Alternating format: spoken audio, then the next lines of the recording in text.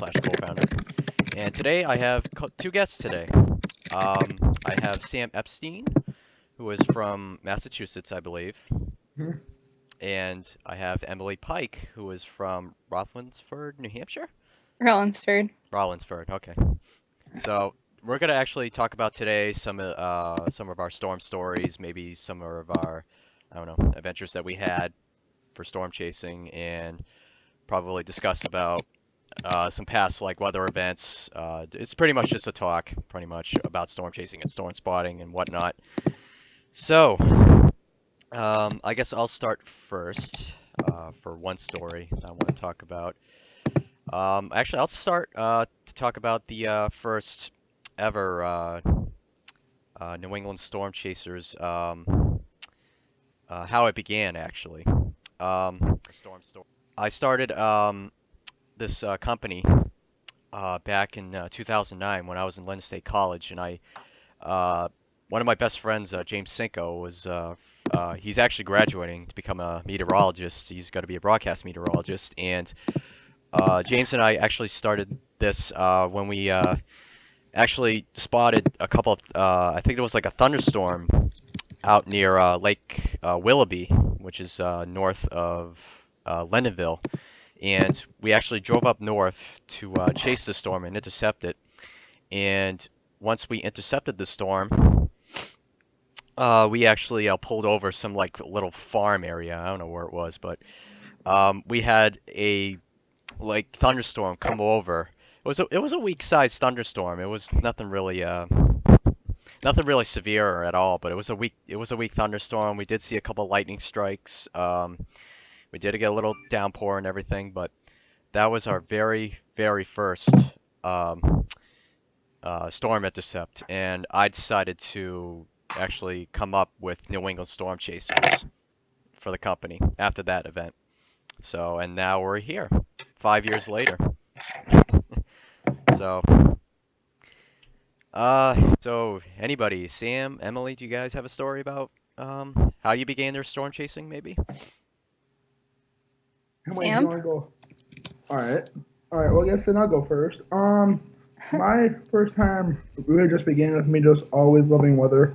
Then I got into more of the ham radio. But my first real storm was the June 1st, 2011, of the Springfield a tornado that we all know. And then from Springfield all the way up to Hamden and etc.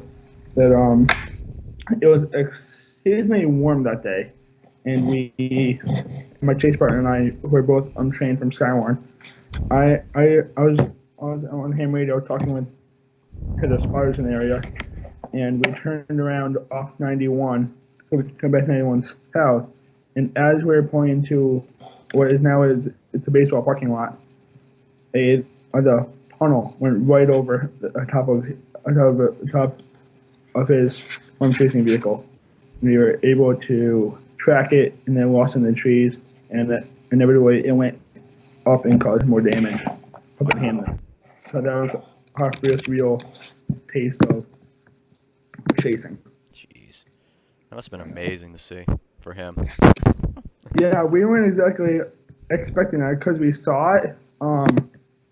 We saw it cross a river as what's in the videos, but we crossed the river and we turned around and it was planning to go back on the highway and it went right over us, which we was not expecting. Now we didn't have any radar or anything. We just left high school and just kind of left.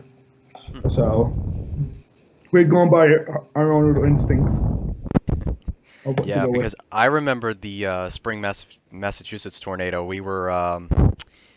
I think I was driving on Interstate 495 when I saw it when I teamed up with James at the time, and then we saw the actual supercell from a distance. It was impressive. Like I It think it was. was like a 80,000 footer at least, and just from like what, like 75 miles away, at least 100 miles. So it was pretty big supercell, and too bad we couldn't get it because I think we were, yeah, because of the backup traffic. So it was like during the afternoon hours, and the people from Boston were leaving early to go home. So Unfortunately, we didn't get it, but we did Yeah, get to see the supercell though from a distance. yeah, that hey, the weather was exceptionally warm, and there was warnings actually.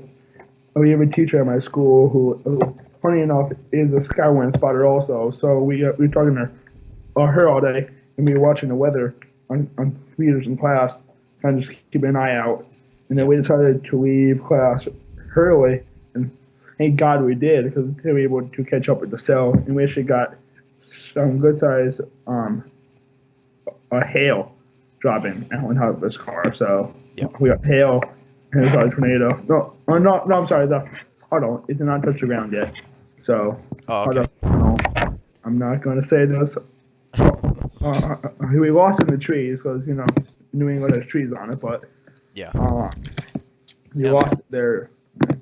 kind of surprised that the tornado actually, when it hit the water and then it crossed over the bridge. I saw that video with Yeah, that webcam, and I saw that thing go over, and I saw it like hit it go like through a bunch of trees and hills and everything, and some houses were still damaged from that tornado.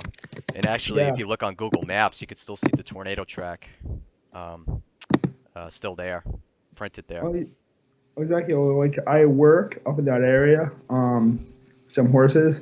So my horse place is up there, and I drive up there this way every day for work when I'm home, and I can still see the area where all the trees are down, where there's no houses, Yeah. and so Hmm. man, that's my crazy experience. That's amazing. So Emily, how'd you start your storm chasing career?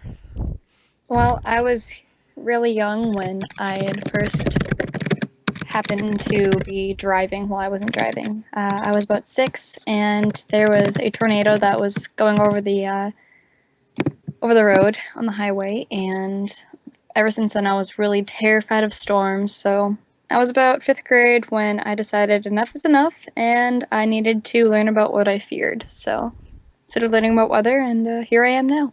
Awesome. Awesome. Because I remember my first time when I experienced my first thunderstorm, and that was I was scared to death of thunderstorms, especially the thunder and lightning and everything.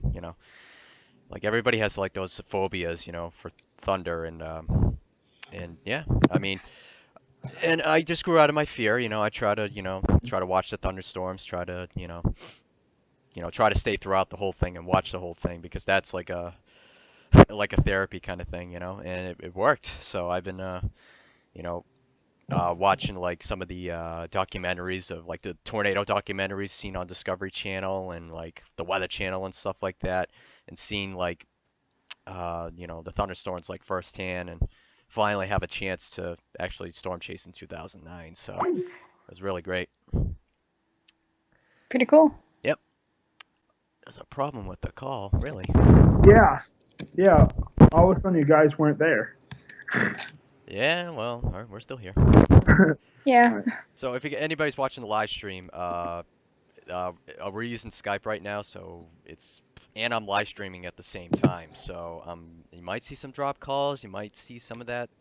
So I do apologize in advance if it does happen. So because we're just gonna test this out since this is the first episode, and if this doesn't work, we can probably do Google Hangouts on air, which is another thing we can do. But so anyways, does anybody have any other stories they want to talk about besides like any thunderstorms that they witnessed, any flash flooding to hurricanes to tornadoes, whatever, just whatever you guys want. I've So, had microbursts shake my whole entire house. yeah, how did that happen? Um, we were just really close to when the microburst just went off, and I Yeah, was sitting in my room, not even knowing this was happening, and all of a sudden, my house just shook. interesting. Yeah, I never experienced a microburst before. Well, maybe I have. Yeah, I did. I was I think I was in I think it was a couple summers ago actually when it happened, or last year. Like the whole entire system came over my house, and I remember this, like it was so windy, like the trees like bent over like halfway, on its side, and they almost snapped in half. And I'm like, whoa, that's a microburst.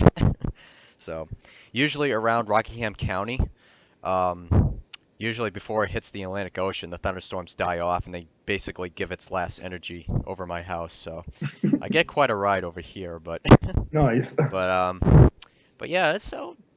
But I think the best experience to like actually to intercept storms would be to be out in like around Sullivan County, New Hampshire, around Keene, New Hampshire, because once it hits over the greens, it's because of the uplift. You know, the upslope winds actually act as like an updraft for a thunderstorm, and then once they hit like cross over the Green Mountains, that's when they actually intensify again. So that's when they get like their full strength, like in Sullivan County. So if you want to really experience a good thunderstorm, go over to Sullivan County. You'll get some really nasty thunderstorms out there. But Yeah. oh, we got a question. Yeah, I do. I just saw that. Yep. Question. What do you start out with for equipment when you first started storm chasing, and what do you recommend others to do the same? That was from Josh Nicholas. Nichols. Nichols. Okay, Josh. I'll just call you Josh. Josh. Says I'm bad with last names. Yeah. So I would. So equipment. Well, the first thing you want to do for equipment, well, you need a car, first of all, in order to chase. Well, you can actually chase at home. You don't have to actually chase out, you know, out in the roads. You track the radar. So, I mean, yeah, if you want to chase at home, you could. I mean, you have your internet, computers, and everything. I mean, I use the software called GR Level 3 radar, which is GR Level X. So I use that to track my storms. I can also track radar with the radar scope on my phone. That's where I use for storm chasing. You can also get some cameras. You can have like a digital camera to a video camera. Like I'll show you my cameras I use. I'll show it to the webcam. You guys can see on the live stream later on. But here is the one of the cameras I use. This is the Samsung WB100, which is it's a nice digital camera. It's got 26x optical zoom. It's got a 16.2 megapixel camera. It pretty much shoots like HD video. I mean, it's a great camera for like, you know, shooting like really high quality pictures for like storms. And I can also like I recorded this camera with the severe thunderstorm back in September 12th of 2013, where I actually got some really close lightning strikes on camera. I remember if you look at the video, I think it's around 2.5 minutes. You'll actually get to see a close lightning strike like up the street for where I lived. I think it hit like a lake or something. But so that's what I use for that camera, and this is also what I use. This is the GigaWare HD camcorder. It's a handy cam, but this shoots 1920 by 1080. It's a nice camera. Pretty much, this was actually my first video camera that I used, but so basically I also shoot video with this. The audio quality on this is pretty good. It's got a 3-inch LCD screen. Pretty much can fit on any camera tripod. So yeah, so this is it also takes pictures too. I was thinking of getting a GoPro camera in the near future. Yeah, I can know that, Josh. Yep. So I use a GoPro, so I think it's great. I would definitely, you know, get a GoPro camera to attach to your dashboard, or if you have that waterproof housing, you can attach it on top of your vehicle, and you know, do have like a waterproof, like it's got a waterproof housing, so you can chase it through storms and everything like that. So, but the only thing is though, it's that when you drive it with all that rain and everything and that wind, I mean, you can barely hear the audio in the waterproof housing. So I think it's best if you put the GoPro camera in on the dashboard, but that's just my opinion. But I put mine out on the dashboard unless I'm gonna have something cool, which I'll put it on the roof. But I think in the end, the best wheel training is the first of all is to get it from the National Weather Service for free under the Sky One program. That teaches you all the basics about weather. Yep. That's just my opinion. I mean, for me, I have a ham radio. I have a ham radio license, and I do a couple other stuff. Yep. The fire department. So I have extra stuff in my vehicle, which is not for chasing, but I just use a ham radio, a weather radio, of course, for the up-to-date weather alerts. I mean, it really just depends on how you feel and what you feel comfortable bringing. It Yep. changes for every single person. Mm-hmm. So again, I use a NOAA weather radio. I use the handheld ones from Oregon Technology, I believe. I think that's the company that makes them. And the other one is the Weather Channel brand NOAA weather radio. That's the one I have. It comes with like a carrying handle. It comes with a hook in the back so you can hang it on a wall. Comes with the antenna. It also comes with different channel frequencies. It comes with a built-in chargeable flashlight. I thought that was pretty cool. So it's like an all-in-one NOAA weather radio thing. It's the coolest thing ever. I got it for Christmas last year, so it was awesome. So if you guys want to get that one, go get that one. It's cool.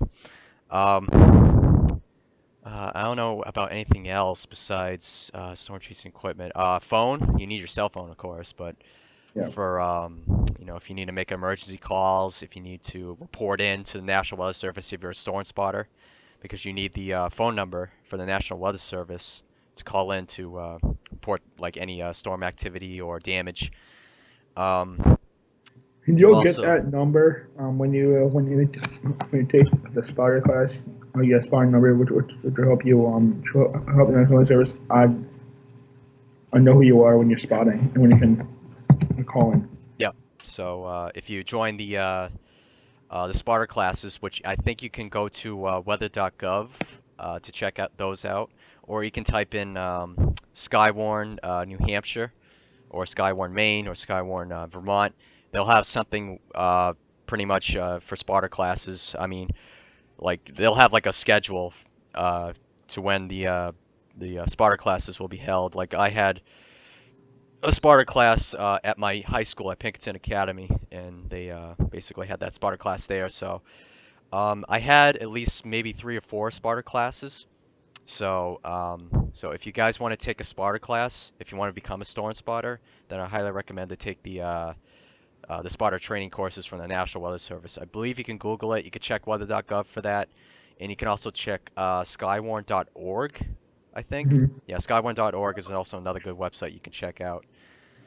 But I think that's about it.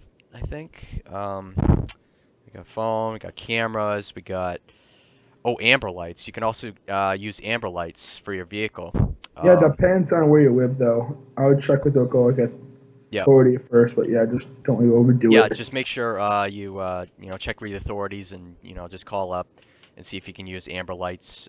Just make sure you use the yellow ones. That's it. Just use the yellow ones, because you can't use red, because that's for the firefighters and for the ambulances and the rescue, and then it's blue is like police.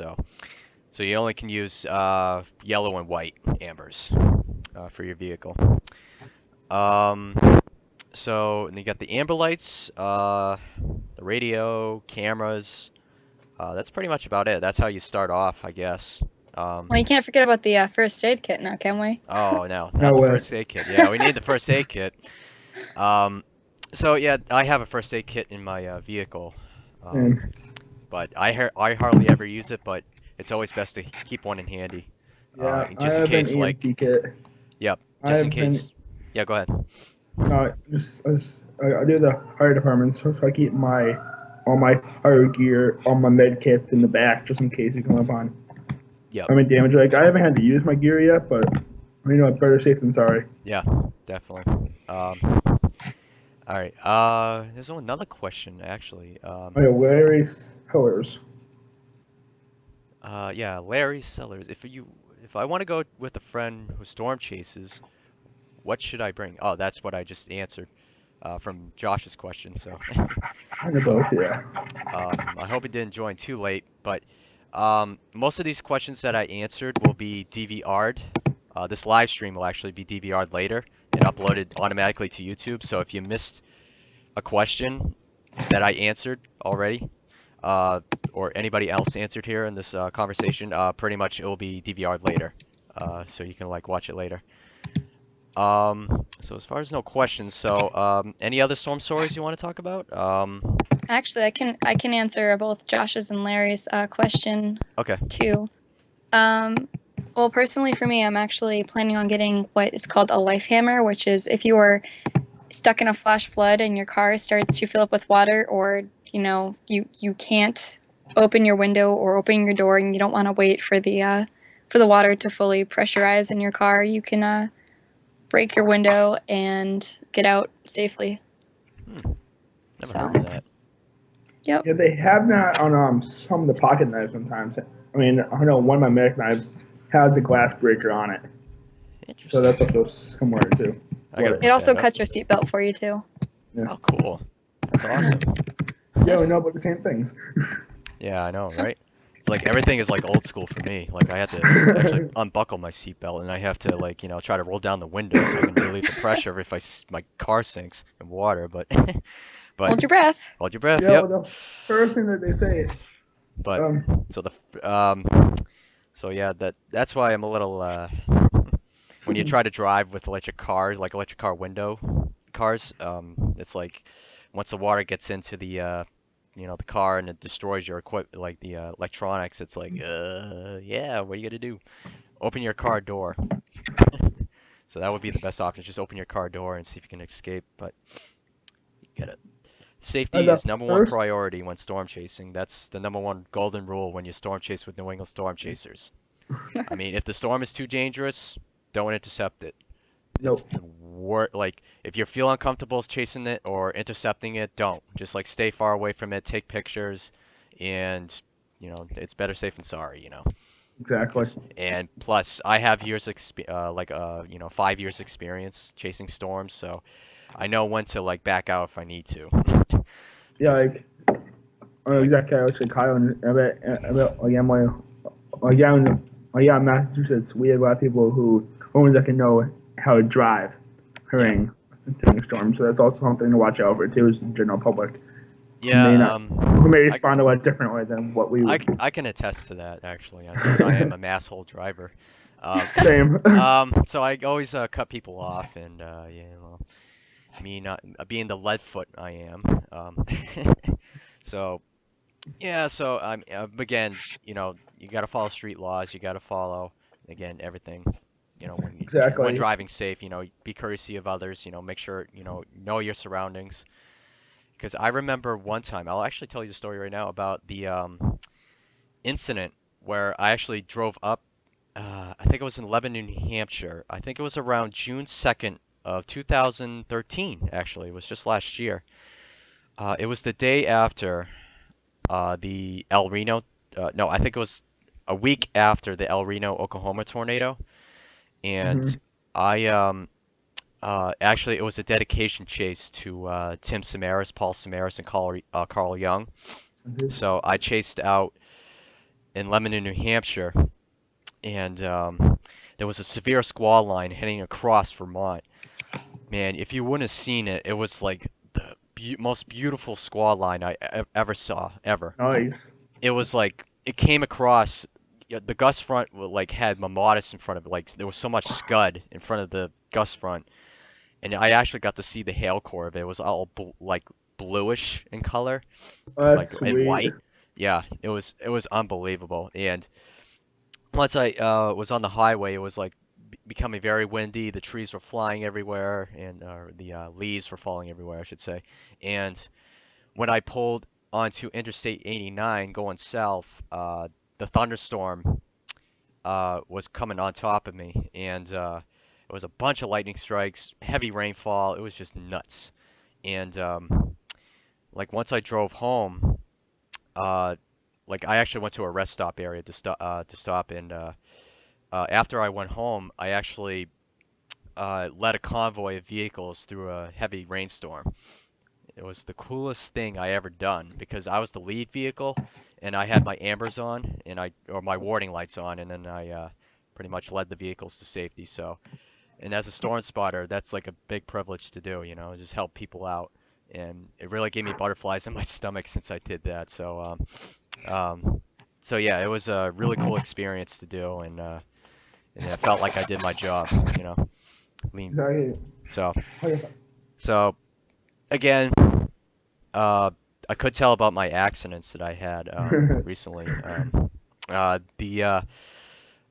When I was storm chasing in Connecticut, I actually What drove. cell was that? That was I think that was a few years ago actually. I was Okay. chasing with James Osler, or the Ozman is what we call him. He's a radio DJ for WCXI, I believe, in Connecticut. Yeah. Um, Basically, he's also a storm chaser as well. He also went to Leonard State College. Um, I was chasing with him and James Cinco at the time, and then we drove down this highway. Um, I forgot which highway it was. I think it was Interstate 95, 91. maybe? 91? Was it 91? Oh, 91 is in Connecticut. Okay. Pretty much we drove down that highway, and we drove like some back roads. I don't know where we went, but I remember driving over a big dam in Connecticut. I think it was in Orange, Connecticut, I believe. Um, and we drove across the dam. I drove across the dam with my Dodge Durango, and I remember I turned my vehicle like to the right, and all of a sudden my whole vehicle just fishtailed like instantly, like to the right. So I lost control of my vehicle, and I fishtailed like I had hydroplaned through the water, and then all of a sudden I hit the guardrail. Um, where the dam was going down. It was like a 100-foot drop over that guardrail. So luckily I hit the guardrail, and my radiator was smashed, my bumper was smashed. I was leaking antifreeze, but yeah, and my some of my lights were damaged too. So yeah, it was a pretty scary experience for me, like a good wake-up call. Um, so I mean, SUVs kind of are like very dangerous to drive because, you know, SUVs, they tend to like, you know, slip and slide everywhere like crazy. You know, it's I should have had like four-wheel drive on, but I had two-wheel drive on. But so yeah, it was kind of a scary experience for me. You know, from driving around Connecticut, and driving across the dam. So since that incident, I've been more cautious of, you know, chasing storms in heavy rain and hail and actual like downpouring rain. So, you know, so that was my accident story that I experienced. But so again, life lesson learned. Yeah, one story that I have, I was chasing my team, and we had several storms of heavy, say, flash floods. We ended up blocking off a road because it was impassable due to it was all flooded with water. We didn't know how deep it was, Yep. and we stopped. And my buddy plows. He's a light number short, so we all hit all of our warning lights, and they kind of put our vehicles kind of in a barrier style. Yep. And this Honda somehow made it around some parking lot, and this person was driving, completely went right in, and less than a minute water bogged their engine, and just so we'd go get them out in the middle of the flash flood. Oh no. up to our knees in water, and help the person out and get them out, and the car was totaled. But Oh man, that's it just bad. makes you wonder. Oh, what are these vehicles over here blocking the road? Oh, I'll just go around it. Okay, there's a puddle. Oh You no. know, Yeah, I wish people would sometimes. that's like Most people had common sense though and stopped and asked us. And Yeah, that's one thing yeah. that I love about it, that people ask you what's the weather is, and that's also like a big thing for me is able to get back and help them and say, this is what's going on, this is the way you should expect, this is, give them the information. The general Yeah. public doesn't know usually, so that's one good thing about storm spotting, is just be able to help people Yeah. ahead of So it. that's always great. Oh, we got a couple more questions. Kyle, would you ever consider coming to Kansas to do storm chasing?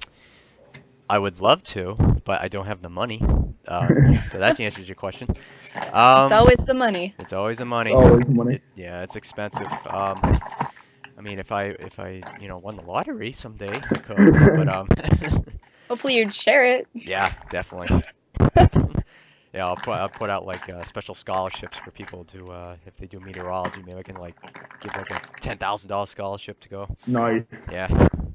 Or maybe donate it, or I can you know We can build send your it own out gym. to American Red Cross and Yeah, some of those people. or you could just buy your, or you can make your own tip, Kyle. Yeah, that's that's my dream. Yeah, is to buy a tornado intercept vehicle and go chase out storms and like buy like the GoPro cameras all the way around the vehicle and then get like the nice high quality cameras and everything. So yeah, that's my lifelong dream. And have like a laptop on the side with all the advanced radar system and everything. Oh yeah, that's my dream. I want that one day, but you know what? Money. Yeah, it's money. Sometimes you're gonna have to chase from your home and from your desk. But hey, I love doing this. Yeah, questions don't help. I love live streaming. I love doing all this stuff. Since I was I did when I did the radio DJing at Lynn State College. I always wanted to live stream all this stuff. So it's great that I get to do this more often. Josh, have any of you ever been forced to back down from a storm due to lightning alone? Anyone? Once actually. Once. I had to actually it was this summer. I had to back out. Also, well, it wasn't just the lightning; it was also the rain. But once you're getting that forest blinded, because there was actually the sun reflecting off because the sun was actually splitting with the clouds, so that was pretty cool to see. Yep. But there was also like the flashing, and it was just too much. So it was dangerous and hectic. Yeah, I would. Oh man, did I ever back out from a storm? I don't know if I did. I don't think I did. No, I just went through it pretty much. Every storm I went through, I just went through it. So I never backed out. Never. Yeah, we never like. I've never like stopped completely to the storm, but also the general public slows us down. They're driving in the rain, yeah, and they're going like 5 miles an hour with the flashers on, and that's not even help. But yeah, I mean, I just wish Yeah. Maybe someday, who knows? One day I might just like back off. If it's a tornado, I'll back off. But since my vehicle is not not prepped for intercepting tornadoes, but if I'm that crazy, I could get a little closer. But to get that stock footage I need. But who knows? Yeah, wouldn't that be nice? That would be nice. But again, you gotta have to know like how tornadoes move. How like you have to look at the radar. To see where. Be careful of the rain bands and the wedges. Yeah, you be careful of rain-wrapped tornadoes. Those are the most dangerous. Oh yeah, I would back off completely in that. Yeah, that's what kills most people when they chase out in the Midwest is rain-wrapped tornadoes, because those are like silent killers, is what they call them. Anyways, I don't know if anybody else has any questions. Nope, no questions. So far. Any other stories I want to talk about? I don't know. I mean, I talk about the wall cloud intercept. I could talk about that one. The wall cloud chase. Again, I was with James and I. We were in Keene, New Hampshire, waiting for storms to arrive, and we actually saw this supercell developing in the middle of Vermont, and we pretty much went and up towards Springfield, Vermont, near towards I think it was Gallus, I think, Vermont, or something like that. It's in one of my videos on YouTube, but pretty much we intercepted this supercell thunderstorm. It was moving so slowly. It was moving like at 10 miles an hour or something like that. Oh, that's the best. Yeah, it was moving so slow, and we intercepted the same storm at least 5 to 6 times that day, the same one, and we went like we looped into the storm, looped back out, looped in again, looped back out twice in Vermont, and then we looped in again on Interstate 91, and that's where we actually had a close call with a lightning strike. We were driving down Interstate 91, and all of a sudden, boom! And there was like a big flash, and the dashboard lights dimmed and everything, and the lightning bolt hit on the northbound lane beside us, at least 10 feet away. So pretty much we so that was like the closest ever experience of lightning I ever had. Was that 10-foot That's crazy. yeah, like it was literally like 10 feet off the highway. It was super close. And then we and after that, I think we went to Keene, New Hampshire, and then we actually experienced some pea-sized hail at the time when we were driving on the dam. There was another dam area, but or some like bridge. Stay away from dams, Kyle. Yeah, they're not my best friend. I know. Yeah, I think you'll end up damned. Yeah. Haha. Yeah. Oh, the pun. Anyways. So yeah, we chased down a Keene, and then we I actually got another close call of a lightning strike. It struck at least a few hundred yards away from the vehicle on the right-hand side. It's actually on one of the videos on YouTube. So if you guys want to check out, it's the wall cloud chase. The wall cloud chase on May 16th, I believe, 2012.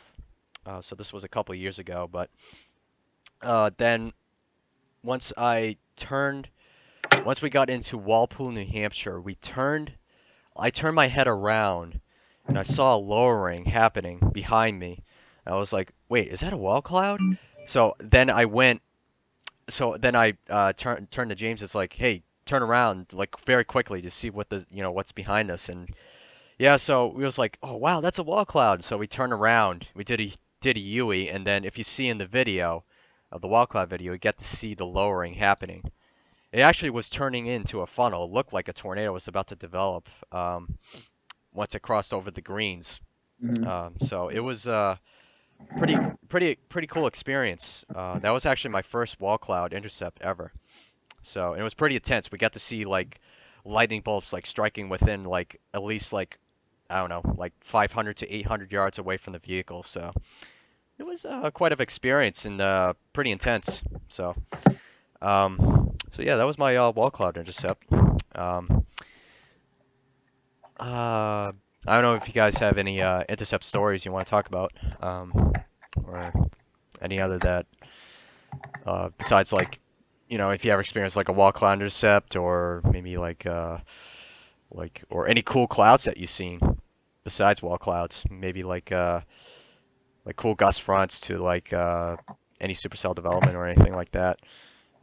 But This past summer, actually, I think it was somewhere in July. I had woken up at 4:30 in the morning, and I got up and went chasing because I knew there was going to be a lot of activity in the sky that day. So I went out, bordered Vermont for a bit, and remember I'm from the southern New Hampshire area, so I did a lot of driving that day, and found myself going up north, almost actually near Berlin, New Hampshire, and traveled all the way back down to Mass because there was just so many storm cells heading in every direction. So I got a good storm chase day that day.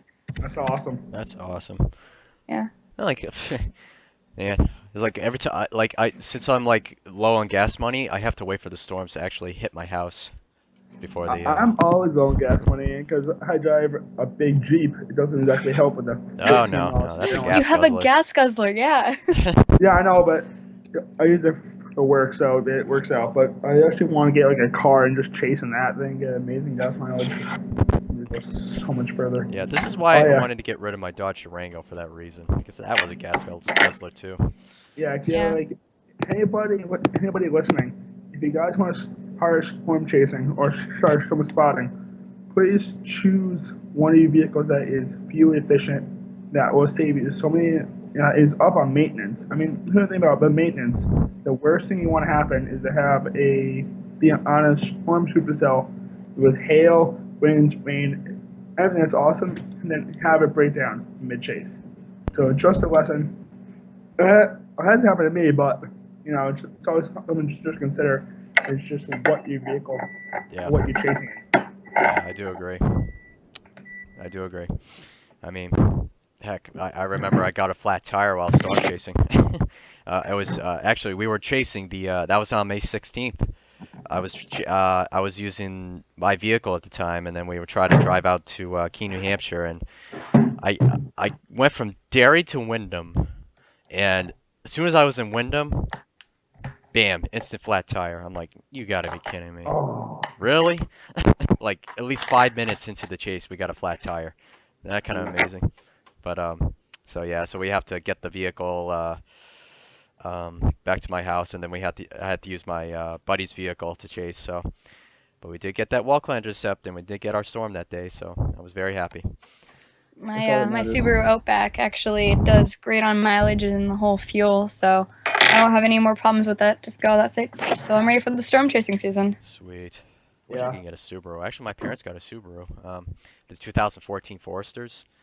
Oh wow. Those are that's a nice vehicle. It does like 35 miles per gallon on the highway. Oh nice. Yeah, it's really good. I was like, I wish I had that vehicle. Right now I chase with the Honda Civic and the Accord. Right now. Oh yeah, so. the Accords are good. Yep. So, but again, I had to switch the tires on it because they wear off pretty easily. Well, actually, I've been using it for quite a while, so. Larry asks, what kind of music do you listen to during a storm chase? Twister soundtrack. I was about to say the same thing. I listen to Van Halen. I listen to Rush. I listen to Led Zeppelin. I listen to Pink Floyd. I listen to all sorts of rock and roll, like Alice in Chains and Rage Against the Machine.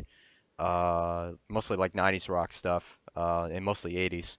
So that's what I listen to. What? Is it bad? Is it bad that I've had the urge to build a barn burner, put the PA speakers on, just play that soundtrack the whole entire time I'm storm chasing? Oh yeah, oh man, God bless Philip Seymour Hoffman. I know. He recently passed away, but I actually looked up the song. It was "Child in Time" by Deep Purple. It was a great song. Love it.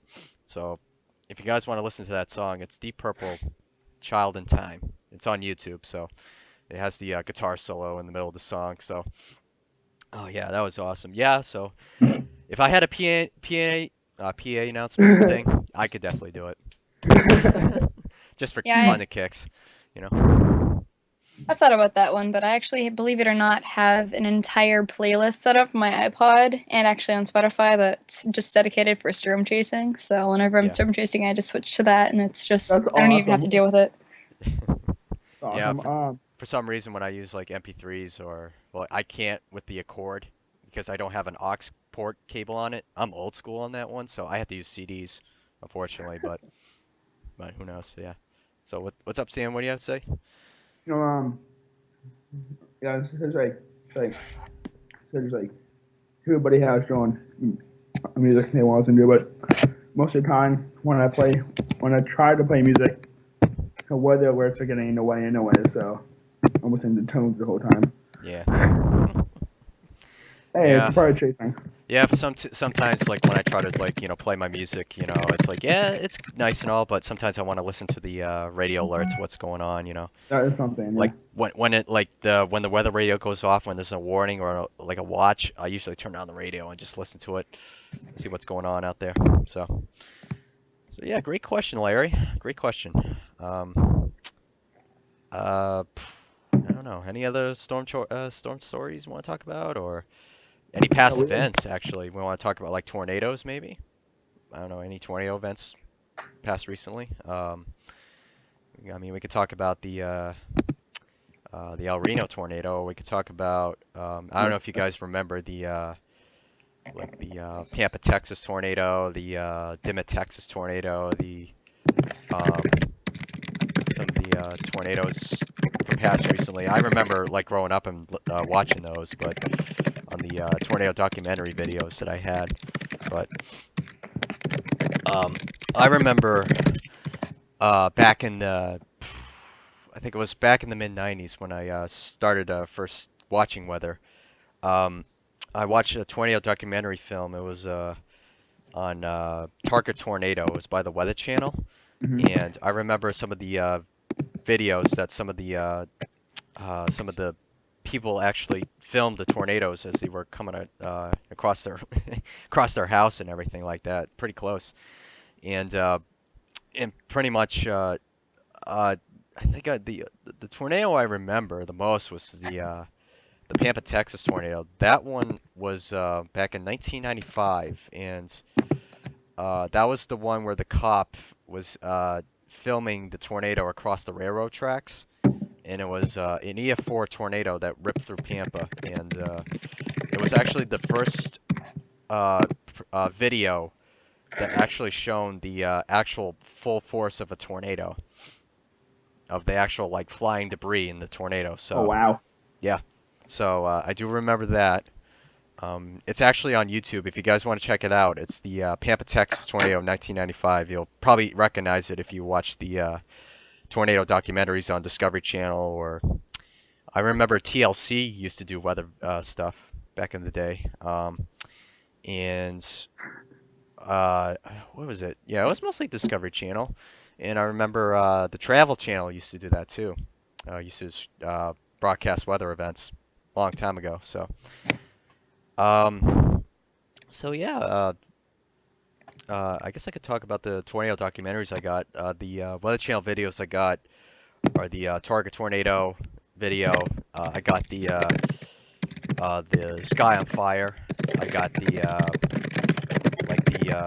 tornado from TLC, which was the Gerald, Texas tornado of May 27th of 1997. That was the tornado. That was the EF5 tornado that went through Gerald, and I think it was a pretty massive tornado. I saw that on a couple videos. That's one of the documentaries. I filmed Storm Chasers, the TV movie. Um, that was on ABC Family, I believe, or the Family Channel back in the old days, um, before ABC Family took over. And ABC when the Storm Chasers TV film was pretty good. The acting though was like, but you know, it's a TV movie. What do you Yeah. expect? But but yeah, they had the Storm Chaser movie. It was okay. The graphics though, oof, boy, horrendous. But it was pretty cool to see. But again, the acting Yeah. was quite horrible. As We At have least another. Twister was better. at least Twister was better. Yes. Oh, Twister. Which Yeah. Twister? No, no. I said. Oh, Twister. Oh, Like it. okay. Yeah. Yeah. So yeah. Oh, there was another film I liked. It was Night of the Twisters. I don't know if you saw that film. Anybody see that one? No, I've No. heard of it, but no. Oh my God, you guys gotta watch it. It's actually based on a true story, actually. It was Crazy. the Grand Island, Nebraska tornado back in 1980. Back then they used to have the great it was tornadoes at night. Actually, it was actually a storm system that actually it was the same supercell that actually produced, I believe, 6 or 7 tornadoes in one supercell that night. And they actually, if you look on Google, you can check the Grand Island, Nebraska tornado of 1980. They'll show you a picture of a Google image of that tornado, and it was actually based on a book called Night of the Twisters book. That was basically what the TV movie was made on. Um, so if you guys want to check out that movie, it's actually on YouTube. You can watch it on YouTube right now. It's Night of the Twisters, so you can go watch it. It's pretty good. It's pretty good. That's like one of my favorites to Twister. So, um, anything else? Kyle, I don't know. we have a couple of questions that we got to answer Yeah, yeah. from Josh Nichols and Fox Hideous Spotter. Do you guys have a favorite storm chasing spot. Fields Um, take pictures in towns. Fields and taking pictures of towns that get hit often or have good roads. Favorite spot that I like to intercept storms. Mine is Keene, New Hampshire. That's my favorite spot. I don't know where you guys. For my local area, it's actually I live next to an elementary school, so I walk like literally like behind the school. There's a hill, and I can actually see the whole entire western sky of the whole entire western hemisphere. So I can actually see the the storms come in from my location on top of a hill. So um so that's my favorite spots, but I It don't was like know. it's like my team and I. We usually go behind like the school parking lot and just go watch. We have a couple of spots that we watch. Storms kind of get organized and then go out. Yep. Definitely. That's that. There's not really too many certain spots like in towns or roads. There's no mass in my area. The storms come through and they hit the mountains and they die off. So we try to hit them before they hit the big mountains. Yep. But Foxy Spotter. Do you believe if an EF4 or EF5 was going right towards the Boston area? Actually, what's Emily's favorite location? I'm sorry, my fault. No, it's okay. Actually, I like to go to sometimes northern New Hampshire, like up in Ossipee, or actually a little more south in New Hampshire, which is Rockingham County. Cool. Because I've been to Ossipee, New Hampshire, actually. I've been on the Ossipee campground. That's where I go to camping sometimes. Actually, a long time ago, I used to go there for camping, and used to do the driving range in Ossipee. Oh, sweet. Yeah, it's pretty cool. It was actually kind of fun. I used to do the party boats and everything on Ossipee Lake. Pretty good times. Good times swimming there. All right, so Fox City Spotter. Do you believe if an EF4 or EF5 was going right towards Boston, people will go into their cars and try to leave their houses and have a car jam like El Reno did? Oof. Oh man. Actually, that would be the worst idea. Actually, because during the El Reno incident, when when the chasers, or actually the people in El Reno actually fled south, that was actually the worst idea ever, because now, like, I saw some pictures of that, and the whole entire like highway was jammed with vehicles. So I think it's bad if you try to outrun a tornado, especially if it involves, like, trying to outrun a tornado and it's like you're on the highway and there's so many cars like piled up and you can't move. So if a tornado actually changes course, that could be bad for the people on the highway, and they can hit their vehicles and they're stuck and they can't go anywhere. So they have to find a ditch to survive. So like I said, that's like the worst case scenario.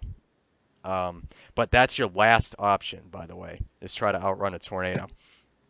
But if you can find like a sturdy structure, or find like a tornado shelter that can withstand an EF4, EF5 tornado, that would be best. So if it's like in the Boston area, I would recommend to find a building and try to seek shelter in there, because That that's does probably, not mean a bridge. yeah, no Nope. bridge, no. Like, don't, overpasses are not good, especially I won't underneath them. do. Won't do how they did it in Twister by holding onto the wooden supports. Oh yeah, But, that won't Yeah. save you. Outstanding. Yeah, no. I mean, That you was can pure luck. pure luck, yeah. Yeah, cinema Actually, luck. they could get penetrated with wooden splinters. They could get flying debris. Um, so actually, that wooden support beam wouldn't last. The whole thing would have collapsed, actually, if that tornado was that close. So they could have died there. So, but yeah. So again, back to the overpass thing. You don't want to try to, like, again, the overpass thing is a last option again, because it acts like as a wind tunnel for the tornado if you're underneath the overpass. So that's why it's always windy under there. So you could get sucked out from the vortexes of the tornado. So you don't want to, like, try to get underneath an overpass if it's an EF4, EF5 tornado. So the best idea is try to get into a ditch. But if you want to try to avoid, I mean, the overpass is I mean, if it's your only shelter, then go underneath an overpass and try to wait out the tornado. But just be forewarned, it's going to be pretty windy, and you could get flying debris in there, and it's it's pretty nasty, especially if it's an EF4, EF5 tornado.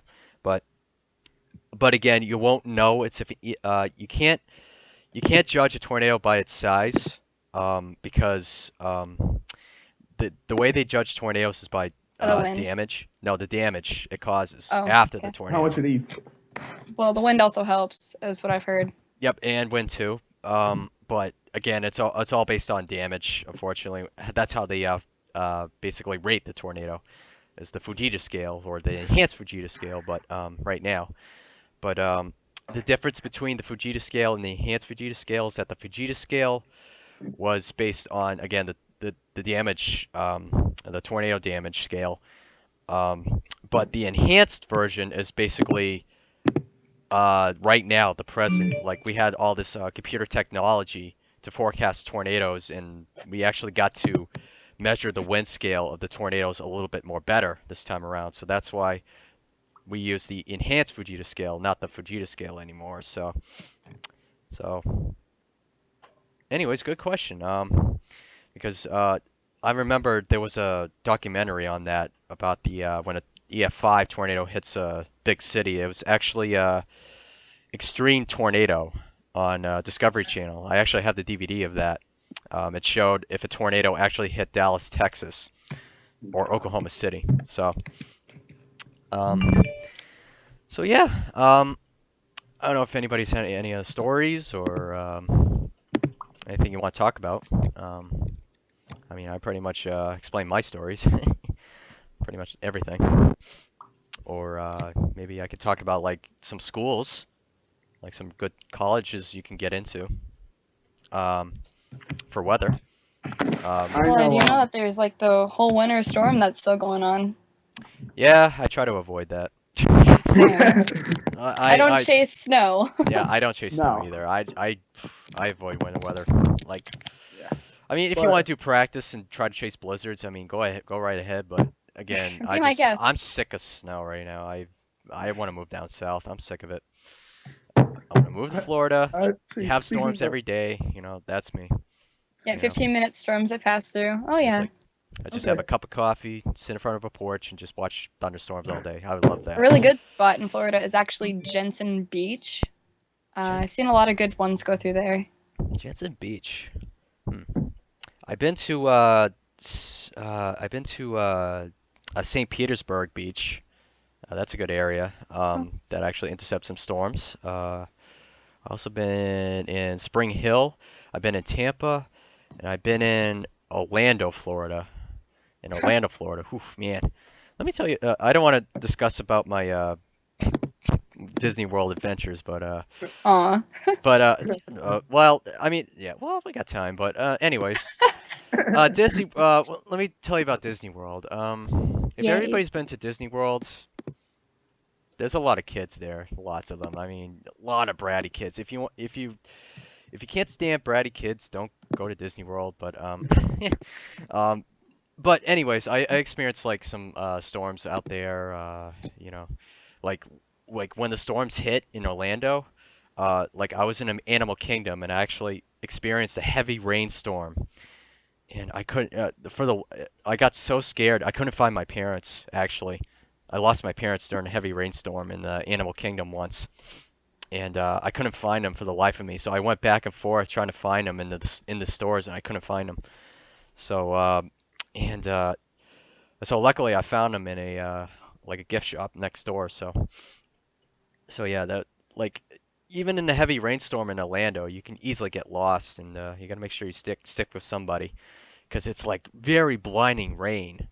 It's like you can't see a thing in the heavy rainstorm like in Florida. So I mean, it dumps a lot of rain, lots of it. And I and also I remember like a supercell thunderstorm actually hit in the Orlando area, and uh, I actually saw something rotate off in the distance. I thought it was a funnel cloud developing, but I think it was, or either a scud cloud forming, but I thought it was a tornado forming off in the distance. But I was mistaken. It was probably a funnel or water spout forming over the ocean. But Yeah, I've had a lot of those in Orlando when I've been. I remember 2011 actually. I was doing an acting audition and I saw roll clouds. I saw, you know, a lot of rain bands, and there was also a lot of scud, of course. But the lightning was really intense. It was just so beautiful. I was running all around with my, at the time, iPod Touch and just running all around videotaping everything, and that was pretty fun. oh yeah. Oh, Nice. oh, trust me. Sam, if you ever get to Florida, trust me, it's great. Those thunderstorms Yeah. down there are uh, massive, impressive. Yeah, I Love it. know. I'm in another, but something. Yeah, I have one story which might take us out. Like one day we were just afternoon. A thunderstorm warning came out. So I'm with I'm in my Jeep. My partner Chase vehicle. One of them is in front of me, and he calls me on radio. We see a whole bunch of soccer fields, and this storm is heading right towards towards like Westfield, Mass. Yep. And we were heading towards Westfield, and we saw these soccer fields, and the high school teams playing on them, and they had no idea that this huge storm, up at like 70-mile-an-hour winds, peace out here the usual, was coming right towards them. So we told them, we gave them advance warning. The coach was like, "No, it's not gonna happen." Kept playing the game. 15 minutes later, home came. Everyone was running. We're like, "Why does nobody take warning until it's too late?" Yeah, that's what I like, that's what I hate the most is like people don't heed warnings like very No, seriously. no. Like it's like I remember like when I was filming the September 12th thunderstorm, Mhm. severe thunderstorm, and I remember somebody walking in the middle of a thunderstorm, doing a normal walk, like their exercise. I'm like, there's like a lot of lightning bolts in around the area, don't you? Um, hello, it's like it was like lightning strikes everywhere. It's like, yeah, that doesn't make any sense. But again, it's their freedom. If they want to go out in a thunderstorm, that's their option. But I can't tell them that. They've But seen all those documentaries where people get struck twice and they think, oh, I'll just live. yeah, yeah, like I seen like those documentaries too, and I was like I remember one documentary where the guy got struck by lightning 15 miles away from the storm. Yeah, seriously. What happened was the positive lightning strike. It's a positive stroke, so it came from the top of the cloud and hit him 15 miles away. It arched all the way 15 miles and hit him Jeez. directly. Yeah, it was and actually positive lightning is more dangerous than negative lightning. Positively charged lightning, I should say, is more Yeah. dangerous than negatively charged lightning because if you get hit by a positive charge, whew, because basically us as objects, we are basically are positively charged because we are basically like structures like trees are positively charged like churches to houses anything that stands is basically positively charged. Basically the below the cloud base is where negatively charged particles happen, and that's where between when the negative charges connect with the positive charge, that's when you get the lightning strike, the negatively charged lightning strike. If you get the positive with the positive, though, when you meet with like two magnets, like if you put two magnets together, like positive and a positive, guess what they do? They bounce away from each other. So imagine getting hit by lightning, you know, you know, and getting hit by like a positively charged lightning strike. It's like you basically like you bounce off pretty much. It's ugh. Like I wouldn't even imagine what would happen during that, but like I never I came I had close calls getting struck by lightning beforehand, at least 3 times actually. One I talked about was the Interstate 91. The second one was I was with my best friend. Actually, no, it's 4 times. The second time, it was I was with my best friend Alan, and I was at my house, and basically it was pouring rain, and like all of a sudden it just shut off. Like there was nothing.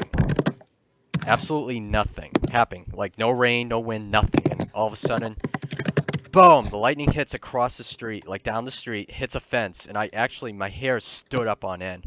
I got hit with the streamer, actually.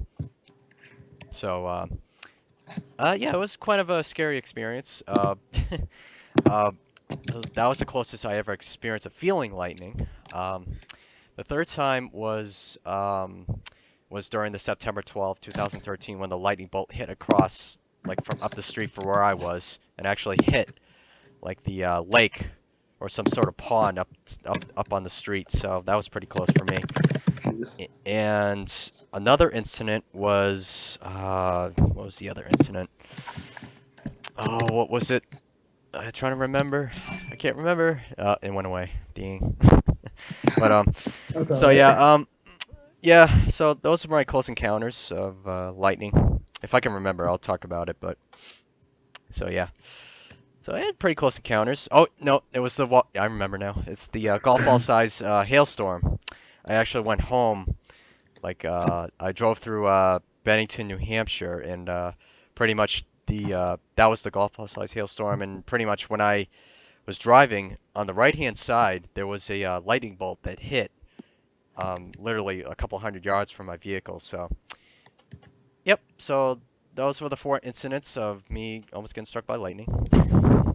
At least a couple hundred yards away from my house, but anyways. So Well, now we have to worry about the whole ball lightning going on. ball lightning. Yeah.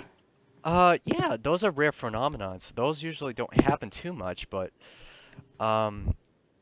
So ball lightning is very rare, but they like it's such a rare phenomenon. They usually stay up above the clouds actually, but I remember that TV movie, Storm Chasers. Basically, they showed a ball lightning storm, and they actually saw they looked like meteors coming down from the sky and hitting the ground, but or meteorites, I should say. But so honestly, that usually does. It's very rare to have that. There's been a couple incidents where ball lightning actually hit a couple houses. It just went right through their window and went through their door and stuff and basically cracked their door, cracked their windows. It was yeah, it's pretty scary to see a ball lightning. It's cool to see ball lightning, but to be witnessing a ball lightning come through your window, yeah, that's kind of scary. It's like a ticking time bomb going through. But uh, let's see. I don't know. Anybody else have any other stories? Besides I mean, I had my close calls of lightning. I had my close calls of. I could talk about flash flooding. I mean, Flash flooding is something that I think people need to be a little bit more like educated about because they see a puddle and just to say I just spoke about earlier with the vehicles being stuck in the water. Yep. Turn around, drown. Always err on the side of caution when you come into a large amount of standing water. That's just my thing. Yeah, That's why I try not to take back roads and dams. Yeah, thanks. Yeah, so yeah, so I guess me and my trust me, if I go to the Hoover Dam, I'll be like, yeah, I'll walk away. Nice seeing, but nice sightseeing. All right, let's go. Take the pictures. Anyways, yeah, flash flooding.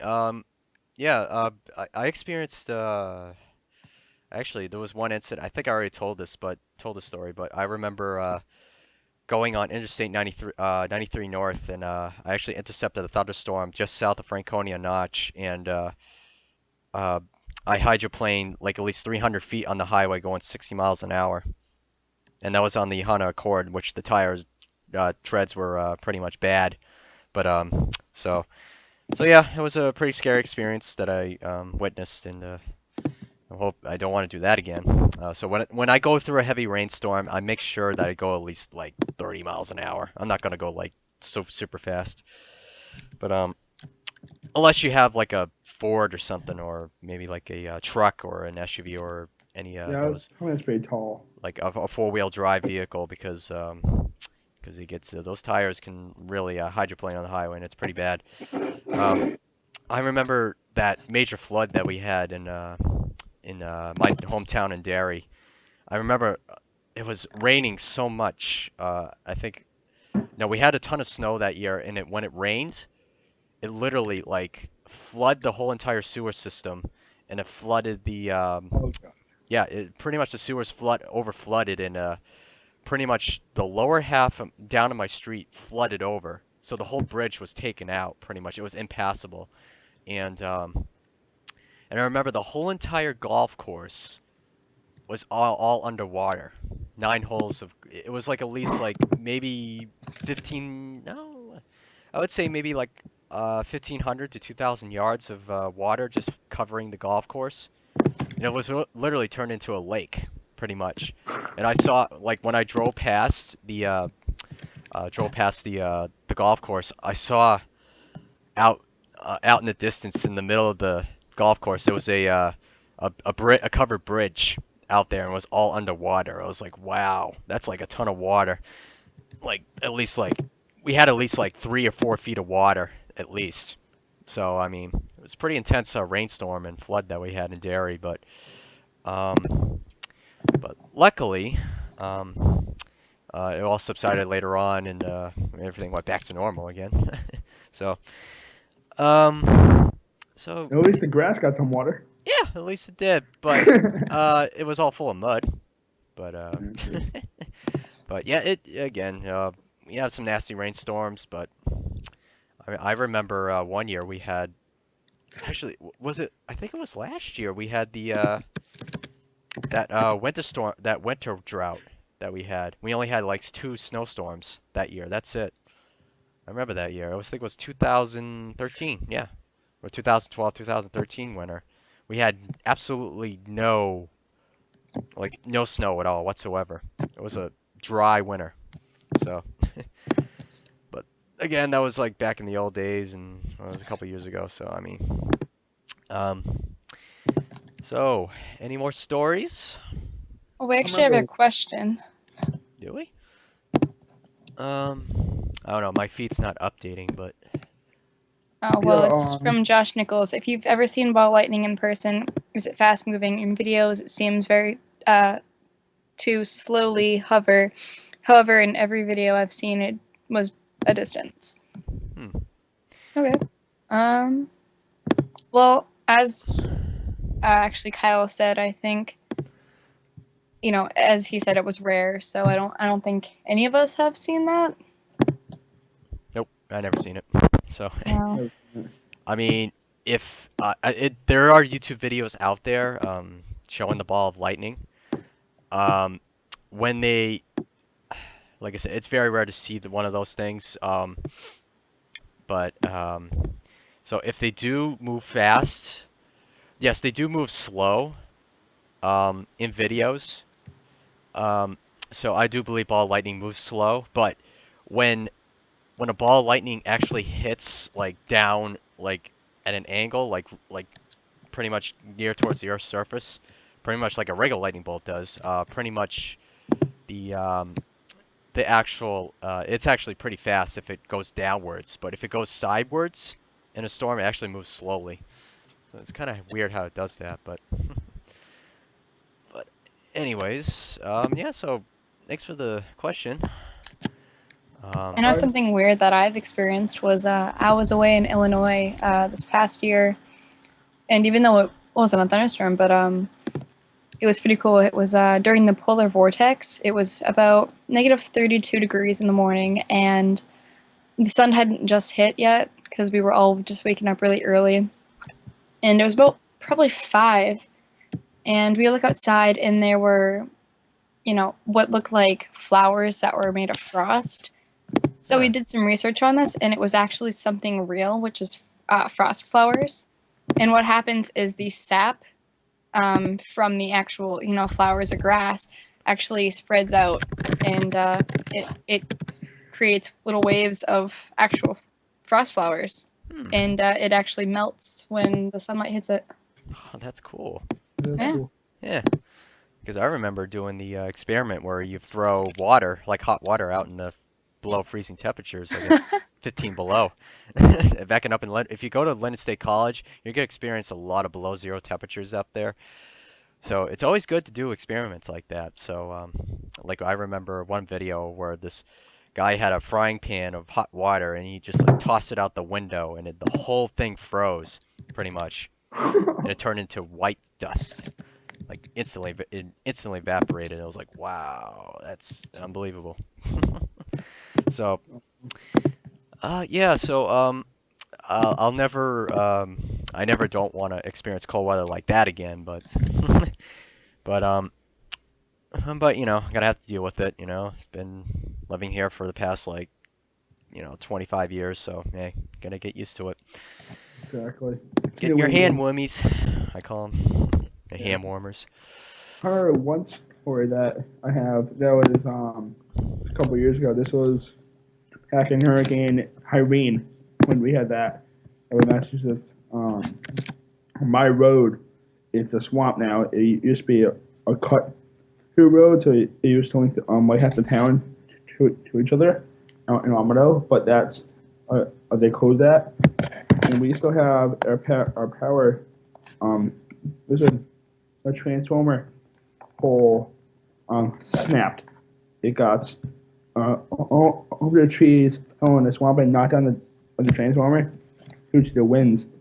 And once that happened, it everything got wet, so they couldn't.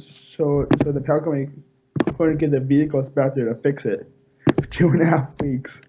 So they kept trying to get the poles up all by hand. Oh yeah, like that again. Public services in New Hampshire up here, it takes forever to get like power up here. But Oh, luckily we have a generator here. But again, so we'll be able to access like power for a little bit and internet. But so yeah, I do remember that incident, Irene. I remember. I can't. Oh man. I think it was like near Cape Cod got hit pretty hard, I think, during Irene. I'm trying to remember if I can. Oh yeah, I remember I was filming it. Actually, it's up on YouTube. I filmed the whole storm system. I remember like it was so windy and rainy, and yeah, luckily we still had power during Hurricane Irene. So but Hurricane Sandy though, man, that was a scary one. That was brutal. Superstorm Sandy. I was in college at the time, and I remember the I experienced like at least 70-mile-an-hour winds. And I remember like the whole house was shaking. The whole entire house was shaking during that 70-mile-an-hour winds. And when I looked outside during one of my side doors, I looked at the willow tree down the street. It's like literally like right next door. Like I was waiting for a wind gust to happen, and all of a sudden it was like a 75-mile-an-hour wind gust, and all of a sudden the whole entire willow tree just toppled over, pretty much. And then when I went like down the street, I saw the whole entire tree got uprooted. oh my God. All the roots, everything, up, and then the whole entire fence broke and everything. I was like, oh my lord. So I was like, that was awesome. And so we did lose power. When I surveyed the damage, I went south on Route 28, and I saw like some of the top of the power poles were snapped. Some of the branches were on the wires. I saw a lot of tree damage, lots of it.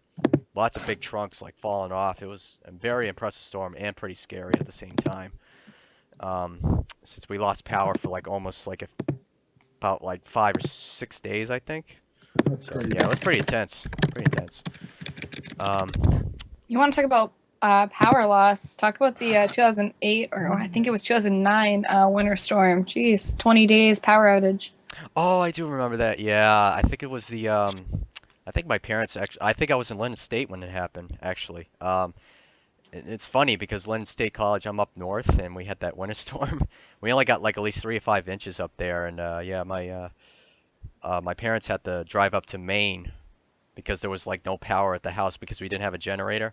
So they had to it was so cold. Like house was like turning into a freezer. Pretty much we had no power because our furnace is run on power. So since the power went out, we didn't have any heat. So my parents had to drive all the way up to Maine just to have heat. So it was pretty nasty. So It was pretty amusing for us, though. I mean, it was really cold, and I had actually a bunch of pet fish, so we had to throw them in a bowl and put them over my stove just to heat them up. yeah, exactly. And oh man, I had to like, well, Are you guys again, there? yeah. All right, because I just lost you again. Are you But I'm using back. Wi-Fi by chance or internet, like broadband? I'm on my college Wi-Fi, my dorm. That's probably why. Yeah. Yep. Sorry. Oh, Laker Tigers, thanks for dropping in, saying hi. Yeah. See ya. And Fox City, yep, I talked about Hurricane Sandy, my personal story. Yeah. I have a couple of stories. Yeah, if you guys have like stories about Hurricane Sandy, just go ahead, talk about All it. right. Yeah. One of them, I go down to Mitchell College, which is in Connecticut, right on the ocean, and we had once Hurricane Sandy to evacuate us from the waterfront up to main campus, which is all brick buildings. I used to live on waterfront, which is just an old house that they reconverted. So I actually went home, got my chase vehicle, got a couple of my guys, and we drove town that afternoon, and then I just hung on there, waited for Hurricane Sandy. I never saw the waves go over the wall. We have like a 7-foot wall in front of the houses, in front of the ocean, to try to protect it. There was standing water in New London across the road, and we couldn't even. We didn't want to go past it. The waves just kept breaking the wall, breaking the wall. Jeez. That's one thing that we had to. It's Man. crazy. Oh man, that's intense, man. Hey, you know what? It's what we live for. Yep, exactly. You know, but for me being experiencing like Hurricane Sandy with constant like 70 mile an hour wind gusts, That's what we had. that's like, yeah, that's a little scary.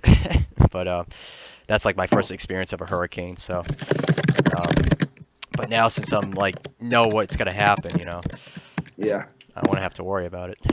But Yeah, we had a lot of trees down on campus. A couple of trees whacked into when the buildings ruined it, so they had to rebuild it before classes again. But yep, it's all part of the job. Yep. All part of the job, and I. It's one of my stories. Yep. So Emily, what do you think about Hurricane Sandy? What you do? What happened during that time? Well, actually, I heard more severity to the southern parts below New Hampshire. There were some power outages here and there. Not too much, though. There was, we went to the beach a little bit. Even for Irene, though, that one was, I think, the worst one on my part. Because I didn't get most of Sandy. Yep. So, yeah, that one was pretty good. That was actually before school, and it actually shut my school down so it wouldn't start on the day it was supposed to start. I remember. Oh man. Yeah, I remember my school. I had to like get shut down for a day, but we didn't. We had to go like the next day after that. So yeah. Luckily, my school survived, but well, my school was in Nashua, New Hampshire, so I went to Nashua Community College. For website development there. So yeah, it was so it was only closed down for a day. So because they lost power and all that. But again, I think this occurred like almost on a weekend. I think so. I think it was like on a Thursday or something like that. But Irene, I believe. I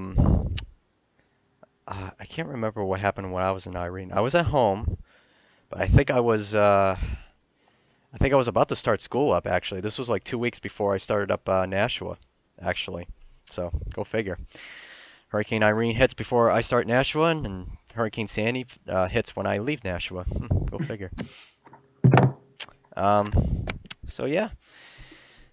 Awesome, awesome. I was thinking maybe I could talk about some of the maybe some of the like tornado incidents. I was thinking maybe like I don't know if you guys seen the live streams on the El Reno tornado, but I have, and I would say I saw the actually the El Reno tornado when it developed on live stream at one point.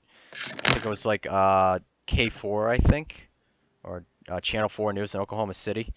I saw the actual live stream of the tornado actually forming, and let me tell you, wow, it was very impressive where it just came down all of a sudden and then just formed into this massive like stovepipe EFI tornado. It was absolutely amazing to watch. But and I did see like like a cool situation where the meteorologist had to like going back and forth and actually forecast, and like they had to get like other live streamers videos to get like other reports from other people on the field, and then like it's been like it's usually chaotic watching those live streams, like everything anything that's like going on. So um, but when I saw some of the videos of the El Reno Oklahoma tornado, I was very impressed. Like I saw like a documentary, somebody did a analysis video on the El Reno tornado, and I can't believe that tornado was at least 2.6 miles wide at one point. That's like the largest tornado like in recorded history.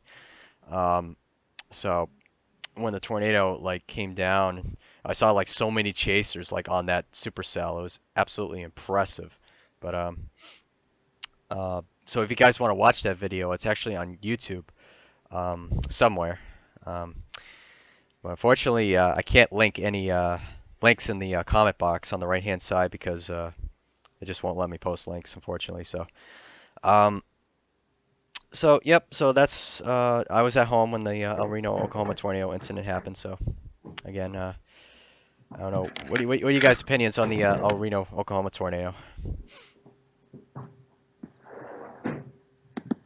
I don't know if I don't think I was around too much for that. I know about the,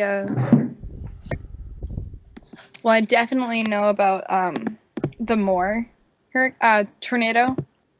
Yep. That was Oh, the pretty May 3rd, severe. 1999 tornado? Yeah. That one? Yeah. I do remember that one too. That one was again, that was actually Reed Timmer's first like well, not his first tornado, but his like let's just say like very first like massive tornado that he actually recorded underneath the overpass. And pretty much he pretty much it was on like Discovery Channel and all those tornado documentary shows. But yeah, so I do remember the satellite tornado next to the main tornado and the May 3rd tornado. So it was actually the first tornado to have a satellite tornado to capture on Doppler radar, on Doppler on wheels. So Oh wow. yep. So it's pretty cool to see on radar actually when Dr. Josh Werman, he's the head guy of the Doppler on wheels, and he basically found the satellite tornado on radar. So it was pretty cool to see actually. Very cool. If you know your weather history, pretty much you'll know the Dimmitt, Texas tornado was the first ever recorded tornado on Doppler on wheels ever to record a tornado using Doppler radar. So, Dimmitt, Texas tornado was back in 1995, and you could actually check it up on YouTube. All these tornadoes I mentioned are all on YouTube, so you can like always watch them later. But oh, Josh has a question. Have any of you ever went out to chase a storm to find that your information was incorrect and it was either somewhere else or entirely non-existent? Or for that matter, just been unable to find it? Yes. And I know one reason why. One reason, well, two reasons actually. One reason is that the SPC forecast or the Storm Prediction Center forecasts pretty much like do not like forecast right. Sometimes they're wrong. Um, I mean, it could be like 50-50 chance to see like a severe storm. So I mean, if the conditions are right that day, it could be possible, but it all depends on Cape. It all depends on the Cape, pretty much, and if the cap breaks, pretty much. If the Cape levels are high, and pretty much the mid-level lapse rates, and the low-level lapse rates are high in their numbers. Um, Pretty much if those numbers are high, especially the Cape value levels, pretty much there could be a chance of good chance, like 75% or greater, that there's going to be some thunderstorms that day.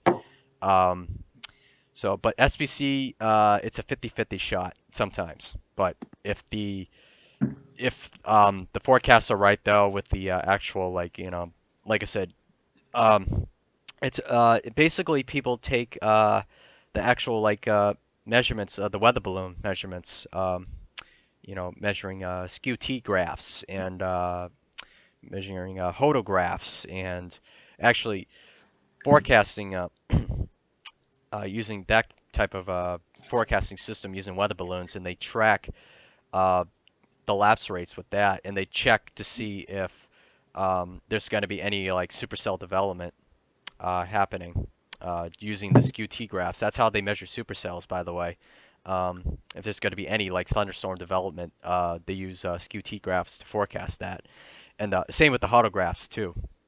If the inversion layer is pretty high, pretty much there could be a chance of some good thunderstorm activity that day. So yeah, it's and the second reason is your internet gets cut off. So that's how you don't get information. If you like, I use mobile internet, so pretty much when I try to get radar scope to work, sometimes the internet is not there because this is a 4G phone.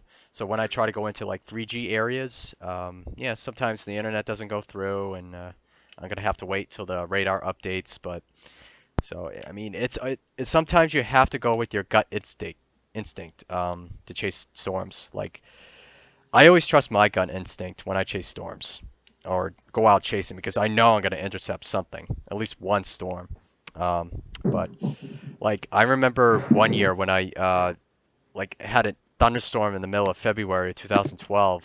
I actually had a gut instinct that that year is going to be a severe weather kind of year, and soon enough, that was the year when I intercepted the wall cloud. That was the year when I intercepted the golf ball size hailstorm, and I had at least a couple squall line bow echo storms hit my house. So yeah, I always go with my gut instinct. It just works. But but yeah, so as far as like forecasting or trying to get like weather information through your phones, or for your computers that have like you might have the Verizon jetpacks, the mobile like modem like internet stuff. So it all depends on the internet connection pretty much, but it just all depends on the area if you need to access any information. But good question. Good question. Usually, oh, Yeah, go ahead. usually I look at the radar first, and then, before a good week before the actual storm hits, um, I'll look at the record of the wind, the temperatures, and what we're having for temperatures currently, and see if it probably is stable enough to hit and produce something. But I try not to use too much radar when I'm, alone chasing, because that's what I do mainly. Okay. Well, Now I'm having I enough use problems mine all the talking. time. It's no problem with that. Oh, well, I try not to rely too much on technology, because I know that sometimes it messes up, and sometimes Yeah, it doesn't yeah. loop correctly. Like sometimes you So, have to see with your eyes, on yep. the horizon. So that's always Well, the that's why it's best. called spotting.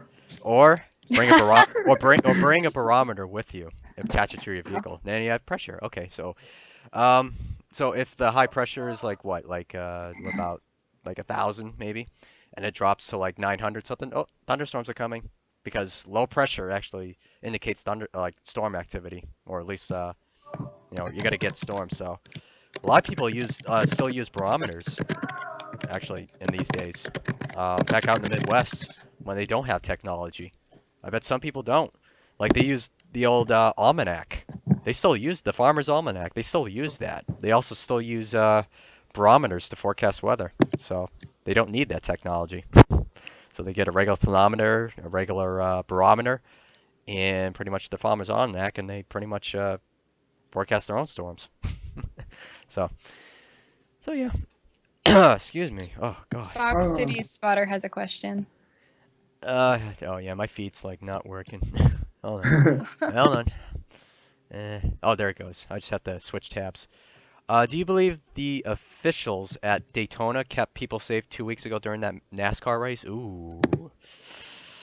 In my honest opinion, no.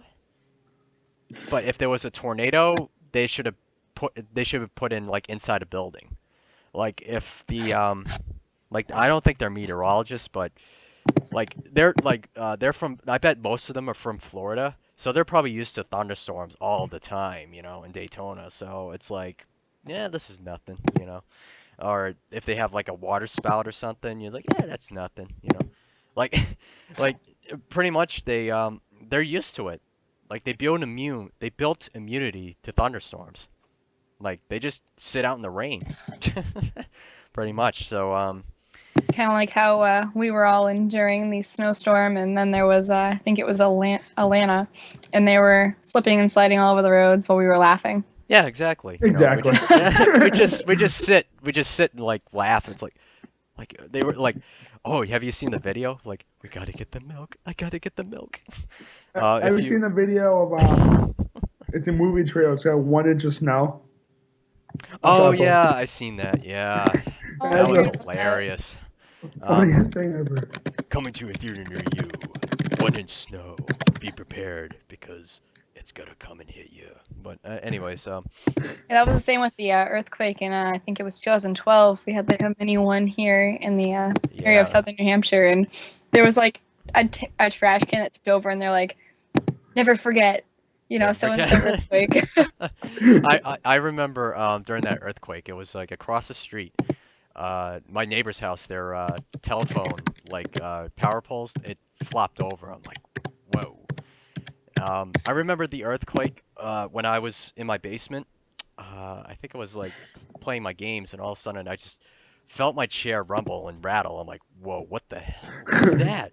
I'm like, because usually during the winter, the snowplow trucks come through my house, and it usually shakes my house, so it shakes the floor. And I remember I was sitting in my basement, and the whole thing just shook. I'm like, what the heck was that? Was that an earthquake? And I'm like, yep, it was an earthquake. So, and I remember reading Facebook, and everybody was flipping out. Like, just earthquake, earthquake, earthquake. I'm like, yeah, this is our first time experiencing it. But, yeah, so it's a cool experience to have a feeling an earthquake. But, yeah, so. Ask California. I don't think that they think so. Yeah, it's Nope. like, that's not, like, we had, like, what, a 2 point, what was it? 4, I think. 2.4 earthquake, yeah. So, in California, it's like, that's nothing. Come on. We usually have like 6.0, 8.0 earthquakes out here, Because Yeah, I maybe remember, maybe Japan should talk about earthquakes. yeah, yeah. Oh, I do remember the incident where, remember that great earthquake? Yep. Yeah, Tsunamis and all. yeah, and there was like a nuclear power plant off of Japan that was affected, and one of the plants were actually damaged. Remember that? Yeah, I remember that. Yeah. So, and I remember the back around Christmas, the Christmas tsunami in Indonesia. Oh, yep. Yep, remember that. Um, let me tell you, if you live off in the islands, just be careful of earthquakes. Well, I mean, you probably won't feel it, but the tsunamis are the killers. You know. I mean, we're trying to better forecast tsunamis, with the buoys and everything. Because the buoys are the best way to forecast tsunamis. So the earthquake or is it the earthquake center or whatever the company that forecasts the tsunamis, they will use the buoys to forecast tsunamis. So very interesting. I mean, I just forecasting is going to be very, very, very good in the near future.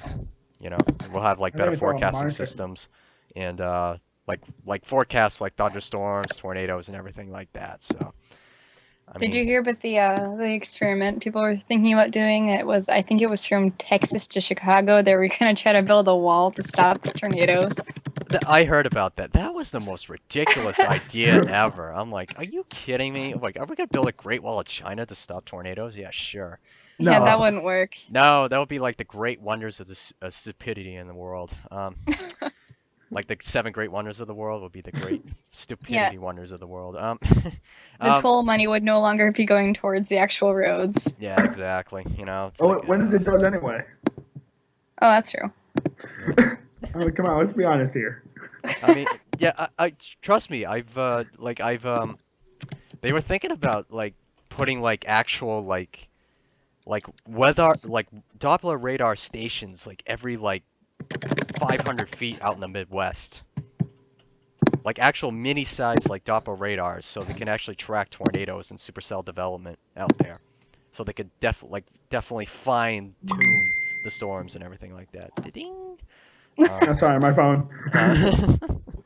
But yeah, so that's what they were trying to do. But again, that got turned down because it costs too much money to build, and it'll take years to build it. So, but anyways, so yeah. Any more ridiculous stories ever told? Ever? Anyone Like- ever see a cow in a tornado? Never. Except in Twister. Nope. Yeah, moo. We got cows. I gotta I gotta call you I gotta back. go We got we got cows. cows. Yeah. Another cow. No, I think that was the same one. Yeah, that's always been my favorite part. Oh man. When they go through the house. Oh, it's like We're going I in. think we're going in. I think we should get off of this road. I think we may be right. But oh man, so memorable lines like, of course the Philip Seymour Hoffman scene where Dusty, tunes up Deep Purple, tunes in Deep Purple and rides down. Yeah, that's the most memorable scene. But it's a I'm wonder of going for a nature, walk in the baby. woods. What? What? I'm going for a walk in the woods. Gotta go take a walk in the woods. Anyways. Oh my gosh, there was actually this movie I recently saw. It actually starred one of the villain from Man of Steel. I can't remember the movie's name, but I think it's called Shelter. And it's about this guy who, it's kind of like Noah's Ark at first, because he has like all these dreams about this acid rain coming, and it's about this big storm, and he builds this storm shelter, and everyone thinks he's going crazy, but it's a really intense weather movie, and I fell in love with it. Like, it's probably third behind Supercell and Twister. Acid rain. I remember Atomic Twister.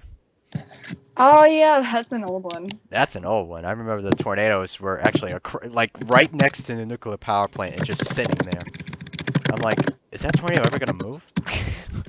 Yeah, CGI. It's like the logic. Hello, it moves. It doesn't. Well, it could. Yeah, tornadoes could sit in one place. I mean, again, that's that's true. I remember the Bennington, Kansas tornado. Actually, the one with Reed actually intercepted. The tornado just stood there. Literally, it was a stovepipe tornado. Just sat there for like 10 minutes, and just basically lifted, and it didn't move. So, I mean, it is possible for a tornado just to sit still in one spot. So, so yeah, I don't know. I mean, I've seen some ridiculous films on the Sci-Fi Channel. I don't even want to go into that, but oh my God, some of the tornado videos I saw were ridiculous. Like, I remember, like, there was it was like a storm, like a tornado, like film on Sci-Fi. It all had to do with Illuminati, spawning tornadoes.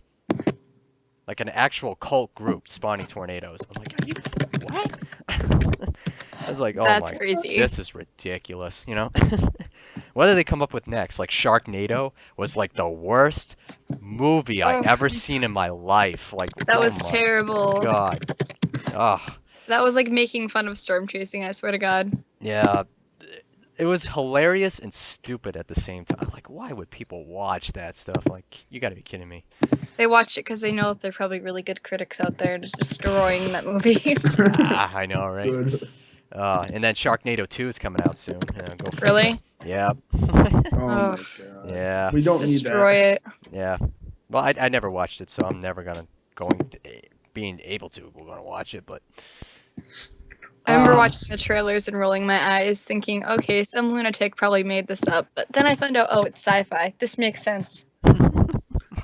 science fiction. Exactly. The word. Anyways, ooh, I want to show you guys some of the DVDs I made. I'll show them to the webcam. Actually, these DVDs I made. I'm actually sponsoring something. I'm promoting something actually. Um, here are the DVDs. I actually made these. This is the actual cover art that I made. If you guys want to watch it on YouTube, Sam and Emily, if you're watching it right now. But here are the DVD covers that I made. It's New England Storm Chasers with Kyle Avery and James Cinco, and this is the Wall Cloud Chase DVD. I actually made the cover art on the disc, so it looks something like this. So here's the actual DVD cover art. If you guys want to, you can actually buy these DVDs. I have the Wall Cloud Chase with James Cinco and I on this DVD. This DVD, the time duration is 103 minutes on this DVD. I also have um, these 3 DVDs. I have seasons 1, 2, and 3 on DVD as well. If you guys want to get these, I also have the Lightning Show as well. So if you guys want these amateur video DVDs of my storm chases, you can get these. It's But pretty cool. yep. So if you guys, and also if you guys actually, I was wondering if you guys, especially these New England storm chasers, if you're from the New England area, if you guys can get like a camera and actually record some videos, I can put your videos on the DVD if you want me to. Sweet, my GoPro cam would love that. Oh yeah, trust me. If you I guys want it, here you go. Like, here's your chance to be famous. But if I get anything good, I'll let you know. yeah, yeah, please. Especially if anybody's on the chat and or my viewers watching on YouTube, if you guys are New England storm spotters or storm chasers, if you guys want to record video, just send me a message on YouTube that you have a video, and I'll be happy to post your video on the DVD. Because I have to make season 4, and season 4 we didn't experience a lot of thunderstorms that year because it was kind of disappointing. But yeah, I would say last year was disappointing as far as season 4 went. But I'm just hoping this year season 5 will be good. So. Yeah, last summer I didn't get much. Yeah, we didn't get much thunderstorms last year. Like I remember, was it like back in March? I think. Like March and April were pretty boring, the first 2 months, and then we finally got our thunderstorm like late April, or I say like the second week of May is when we got our first thunderstorm. We had thunderstorms, a couple thunderstorms in May. In June we had at least a few. July we had a few, but August was our big one. August. It wasn't too big, but yeah. Actually, August was like disappointing. Actually, last year. Yeah, I remember it was. the first 3 weeks were disappointing, and the last week we had our, big one where we had that one, and then the first or second week of September, actually it was September 11th and September 12th is when we had that severe weather outbreak. So. Again, last year was disappointing, so I won't put any of the videos on the Season 4 DVD because I need to get more footage, but I will put like Season 4 and 5 and like integrate those DVDs together. So I need to get more footage. But Sweet. Sweet. Yeah, we all need to. Yeah, we all need to. Yeah, please, I need all the footage I can get. I need different Usually I points of get view. close up lightning, so. Okay, that's good because I need. Can I get can I get paid to chase storms and have someone pay for my gas? Uh, dream on, buddy. If Good it's luck. free, Hold on if now. if it's free, it's free to storm. Like the training classes for storm spotting are for free, by the way. Yeah, free. Yeah, no. So if you chase storms, it's technically for free. Um, I mean, if a company actually started to do that, it could be possible and have a Well, job in storm chasing. I know that you can actually on New Hampshire's Weather Channel, which is WMUR News 9, you can send you can send it into you local and submit that, and they'll sometimes air it. Oh Yeah, I yeah, know. yeah. I actually got in collaboration with one of the meteorologists at Weather Nation, and I actually, when I post pictures and videos, he'll share it on that channel. It's So pretty cool. yeah, it's awesome. Back home, yeah, for me, like up in Exodus, we have a meteorologist over one of our news stations that would do the similar thing for us. We have to tell him that we're chasing, and he'll use our tweets and our stuff. So I remember meeting Al Caprillion once. Actually, I met him a couple times. You guys know Al Caprillion, right? Yeah. Okay. Sam, you know Al Caprillion? Yeah. Okay. Yeah, I remember meeting Al Caprillion. He was the funniest guy ever. I remember I went to his WNDS station in Derry, so that's where I live. So I live like 5 minutes where from he works. But so I go and stop by and visit him, and I remember the high pitched voices of "Good evening" and "High pressure." You know, it was oh man, those some good days when I watched WNDS. But I saw his studio, his actual studio, and he actually let me use the green screen room to forecast weather. I thought that was awesome. But he told me like some like forecasting and stuff like that, and like how he like graduated from London and stuff like that. So I was like, oh, that's pretty cool, and how he became a a broadcast legend, TV legend in meteorology. So I got to meet him. I also got to meet Dick Albert from Channel 5 News. Uh, Dick Albert was the old meteorologist before Harvey Leonard. Um, so I got to meet him. He was pretty cool. I met him at the Southern New Hampshire Storm Conference, or no, excuse me, the Southern New England Storm Conference. Um, so, so if you guys want to go to storm conferences, I highly recommend to do so because you get a lot of information. Mostly it's for students. Well, for the Northeastern Storm Conference is mostly for students. Uh, and the Southern New England Storm Conference is morely for students again, and mostly for employers, like employees into the meteorology field or the computer field or stuff like that. But I'll see if I can provide a link um, on the Facebook page, Twitter page. Maybe I can like share the Northeastern Storm Conference and Southern New England Storm Conferences. I highly recommend to go to those because they usually the Northeastern Storm Conference. They usually have like special guests from like recently they just had Matt Noyes from Neeson. Nice. They had they had some other like professional like meteorologists in the field, like doctors, and they usually give like presentations on like some past weather, like the 1929 hurricane, Hurricane Bob, and Hurricane. Um, like they show like hurricane presentations. They show like some like actual like computer like presentation, like forecasting computer presentations, and like global warming to pretty much everything. Anything in weather, they pretty much do presentations at the Northeast Storm Conference, and usually it's like a 3-day weekend. So it's like Friday night, Saturday night, and all day Saturday, and mostly a Sunday morning. So if you guys want to get a chance to go to these storm conferences, I highly recommend to go do so.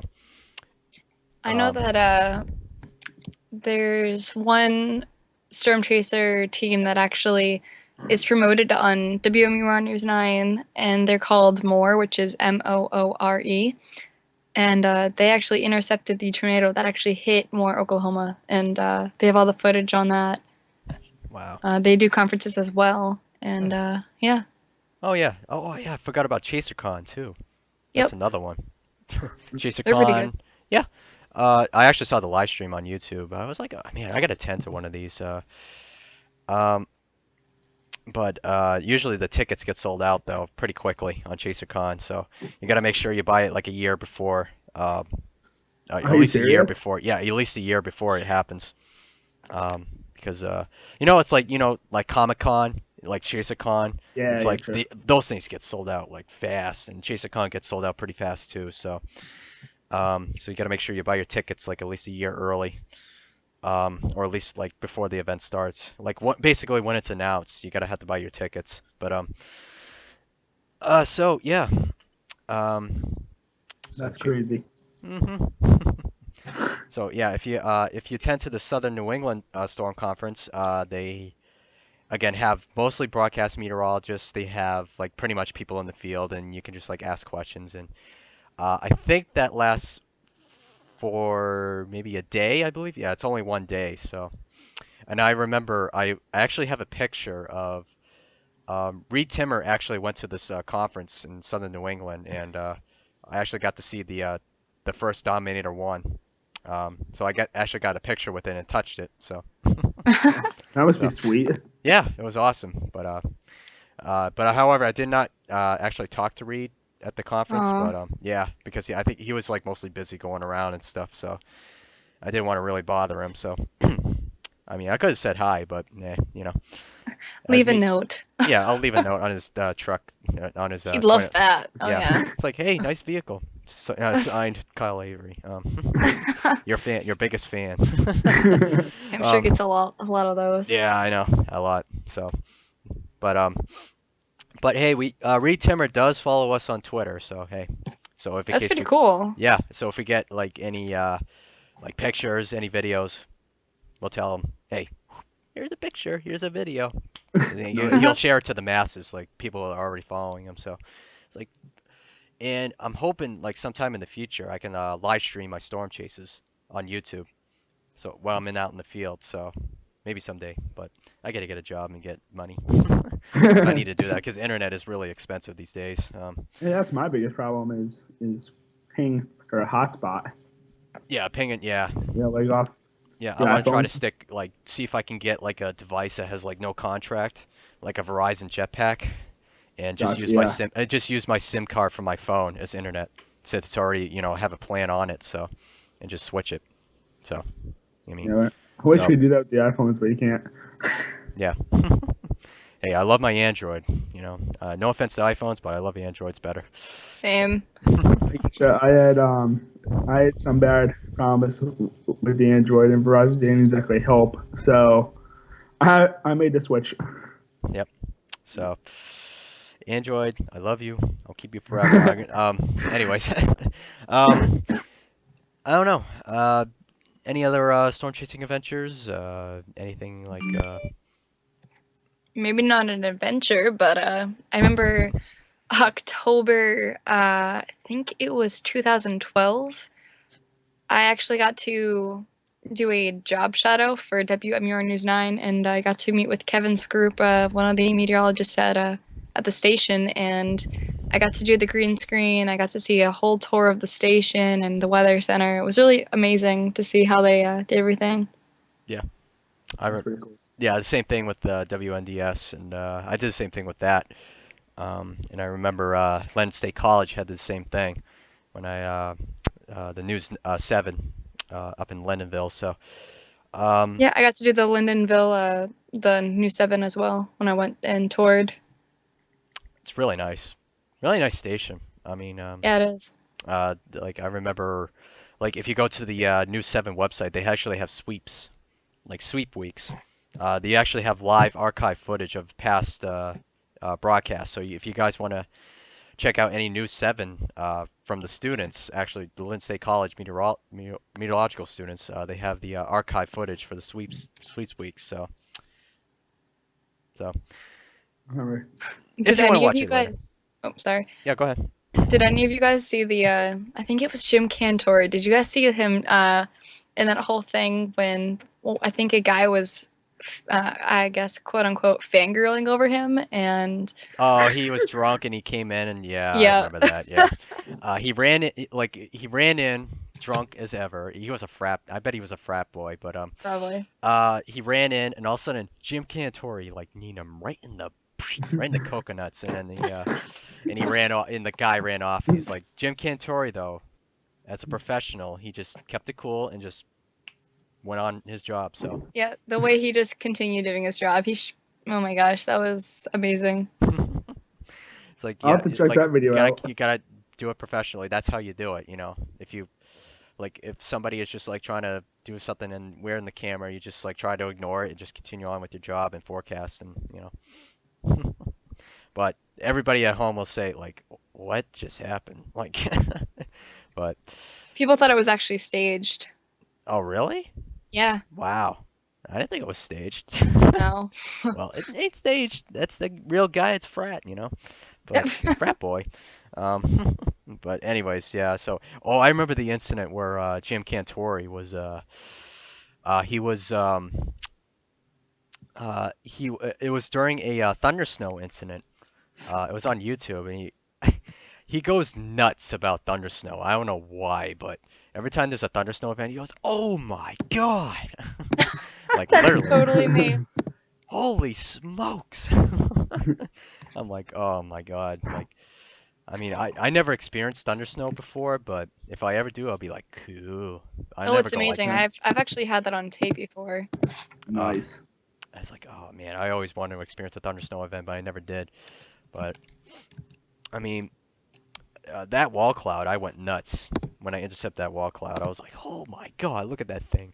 You know, it's like, oh my God, dude. So yeah, that was a little nuts, but I had my my my events. But Remember, so, any of the viewers watching, do you have any more questions? I mean, we're all here, so I told like most of all my stories pretty much. I have one story. I want to get your guys' opinion on it. Okay. So, I was spotting my team, and my team is between 3 and 4 vehicles, depends on who else can get off work. So we're spotting, and two matches paid police troopers pull us over, walk up to our vehicles because I'm sorry, but it's hard to miss vehicles with a couple of antennas on top and anemometers and skywarn stickers. So the cop pull us over and say, "You're not in trouble. What's the weather?" They pull us over. They ask us what's going on with the weather, and then they told it back to dispatch. It just like it just no it was like severe Yeah, thunderstorms with high winds. to be honest, that's a good thing because actually, cops actually like, or troopers, they actually like storm spotters actually, because we're like the front line defense of getting into the hardcore action of the storms. So, like, if we need to save somebody's life, we're basically the guys to do it, basically. Exactly. And the cops have to come in and help, so we usually help out the cops actually. So we do our community service too for the cops. So Exactly, but we got pulled over. I was like, wait, what are we doing now? We're in speed, and cop says, "Are you not in trouble? What's the weather?" It just made us all laugh because yeah. So yeah, if you ever experience that or ever get pulled over by a cop, just tell them that, you know, just yeah, we're storm spotting. We know we're trying to keep keep keep everybody safe, you know. And usually if there's like a tornado happening, maybe you know, they can maybe the cop can escort you. But oh, we have actually put on all of our hamburger lights, and we've actually had people move over for us just for driving on the road with their lights on. No, we're in speeding. We're going down somewhere some damage area, and all of our lights on. yep. They're amber. Cars pulled out of the way and looked at us. Like, okay. Yeah. Yeah, well, I had the similar incident. We had our like when I chased the Lebanon, New Hampshire tornado storm, I should say. I had the same incident where the vehicles pulled over for me when I had my ambers on. So, so yeah, I mean, it's good, you know, keep everybody safe, you know, during storms. And sometimes when it's too dangerous, like especially if you're driving into like heavy rainstorms, you know, it's always best to pull over and just wait the storm out. you know. But Exactly. however, you won't know if a rain wrap tornado hits. But so you always gotta be aware of that. You know, just be safe. Like try to get into an open area if you can. If you pull off the highway, make sure you look like west and look like west, look east, look south and north. You know, just in case anything happens. Um, so I know yeah. something that's happened with me is I've had a lot of rain come in, and I was actually filming when I was driving, stupidly. But I guess it would have been really good proof for my car insurance. But a tree actually was going to fall on my car as I was driving over almost a bridged area. But luckily there was another tree in front of it, a smaller tree, and it actually stopped it from crushing my car. It Oh was wow. yeah, it was pure Jeez. luck. Luckily that didn't happen. Wow, But that was that's actually in Lebanon, Maine. lemon in Maine. Okay. Hmm. I always wanted to chase in Maine, actually. I did once, but I actually chased like in the York County area. Mm-hmm. So I chased around, I believe around Gunquit, Wells, and chased around. Well, I chased like in Rockingham, like chased in Portsmouth area, but Yeah, that's where I usually do it too. Wells, York Beach. yeah, because I remember taking a picture of actually it's on Twitter actually. If it shows the supercell thunderstorm off of the Hampton Beach. So I remember like intercepting a storm. I was going over the bridge, the Portsmouth Bridge, um, and I remember seeing a large like supercell coming over um, the Portsmouth Bridge, and I got to see a great view of the whole entire like northern sky. It was like just unbelievable. It's beautiful. Um, so I always wanted to intercept storms on the ocean because, or before they hit, because who knows, you might see a water spout forming on the ocean. But so um, so yeah, I always wanted to chase in Maine, but and because they do get tornadoes up in northern Maine, actually. Um, but again, it's gas money. I go back to the gas, but Yeah, no. yeah, I'm just fucking good on Massachusetts. We don't have anything except lots of trees yeah. That's another thing, you know, between the and massive Midwest drivers. and us in New England is that, you know, pretty much we have a little bit extra challenge for us in New England besides, so we get more bragging rights when chasing like if we do chase a tornado up in New England, it's a little bit more dangerous than out in Midwest because Midwest it's more flat. So so yeah, so we do for us storm chasers out in New England, we do uh, we do have more experience chasing through trees, chasing through hills, chasing through mountains, chasing on lakes. Yeah, So that's where we kind of have to laugh at Reed and yeah, scene. it's Yeah. like, ah, come on. Look, you got a lot of flat land, and look, we have all these trees and forestry, we hills Oh and yeah. everything. It's like, Oh yes, hmm, these trees. look at these trees. Oh, I can smell the forest. It's so beautiful. And like you look like um you have to look up, like straight up, to look at the storms, and like you have to look above your like little windshield and go, looks like it's bad Yeah, like, weather. or And you. all of a sudden, boom, it hits automatically. Like, oh crap, you know, you know. So yeah, we do have that a lot here. So Even if you're safe, though, I mean, look at the three storm chasers that actually lost their lives. I think last year, they were like one of the safest storm chasers known, and they ended up being killed yeah, in the tornado. so it can happen. You know, even a professional can lose their life during a tornado. Like even it doesn't matter how many years experience. You know, it can happen out of the blue. You know, Yeah. so that's why you got to stay safe. Safety, number one priority. Safe, safe, safe. So, I don't think safety was in the minds of the sailors when I think it was 1991, the perfect storm. yes. I mean, back then, like forecasting was not like the not the they didn't have enough technology back then, so forecasting was a little bit limited back in the old days. But it looks like we just dropped Sam's call. Oh dear. Yeah. So it looks like on the live stream it's gonna appear like a box, like a red box. Yep, and there it goes. So yep. I don't know when Sam's gonna come back, but hold on, let's see. Oh, we lost Sam. Poor Sam. Poor Sam. Oh, hold on. I'll add to the group Sam, again. I am. Sam, I am. Yeah, Alright, there's hold a on. problem. Yeah. Alright, Sam, come back.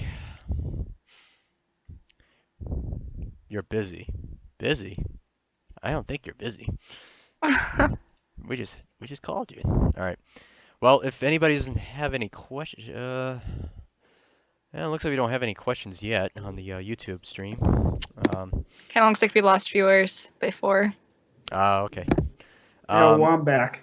Yay! Okay, good. My Wi-Fi college is not exactly the best. Yeah.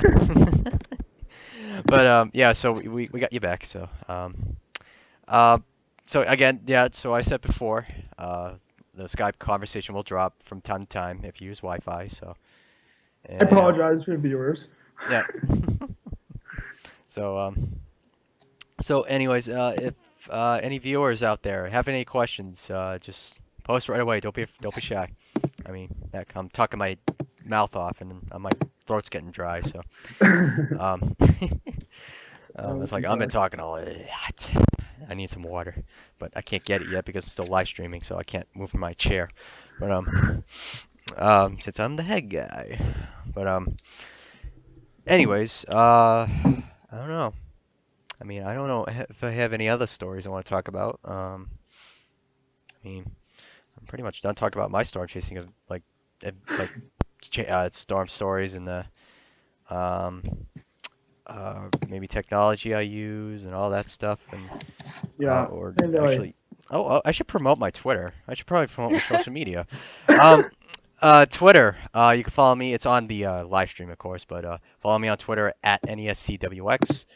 You can follow me on YouTube, which is you can probably see right now. If you click on my on the bottom, there should be like a New England Storm Chasers title. If there's a subscribe button there, you can subscribe to my YouTube channel. And also, you can follow me on Facebook. You can follow me on New England Storm Chasers group page. And you can also follow me on New England Storm Chasers Facebook fan page. So, there you go. So that's where you can follow me. And you can also follow me on nescweather.com, but I never use that website because that website's morely for our archive purposes only, so I don't usually use it. But most likely I'll be using YouTube, I'll be using Facebook a lot, and Twitter. So when I'm storm chasing, I use Facebook and Twitter. So there you go. Promotion done. Hunter. But so yeah, I don't know. I don't have any stories left. I'm kind of like burnt out of ideas. Oh, here's an idea. How about maybe we could talk about what we could picture being like besides the already perfect storm. What our idea or our ideal storm would be to chase. Ideal storm to chase. Yeah, definitely a perfect storm. A hurricane mixing with the cold front. Or jet stream.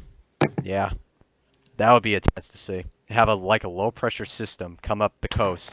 Hit like either New Hampshire, Massachusetts. I want to experience a Cape Cod storm. Like the actual the tip of the Massachusetts. Oh yeah. That'll be actually a hurricane actually hits Cape Cod. You know, that'll be like a sight to see. But the perfect storm ideal conditions, I would be like an actual like supercell thunderstorm that produced 6 or 7 tornadoes in New England. That would be the perfect storm for me. Yeah, seems about right for me too. Yeah, either in western Massachusetts or probably in northern Maine. Maine's a good spot for tornadoes to develop.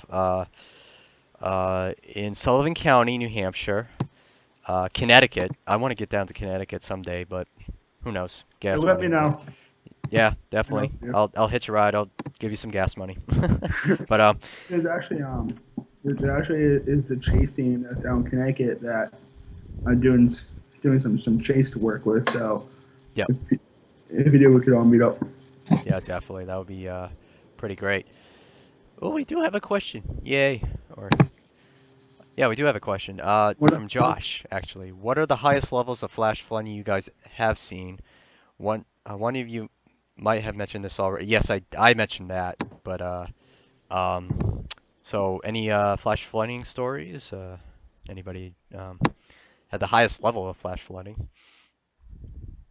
Because I know I think Sam mentioned one. Yeah, man, I mentioned one. Sam mentioned one. I don't think Emily mentioned one yet.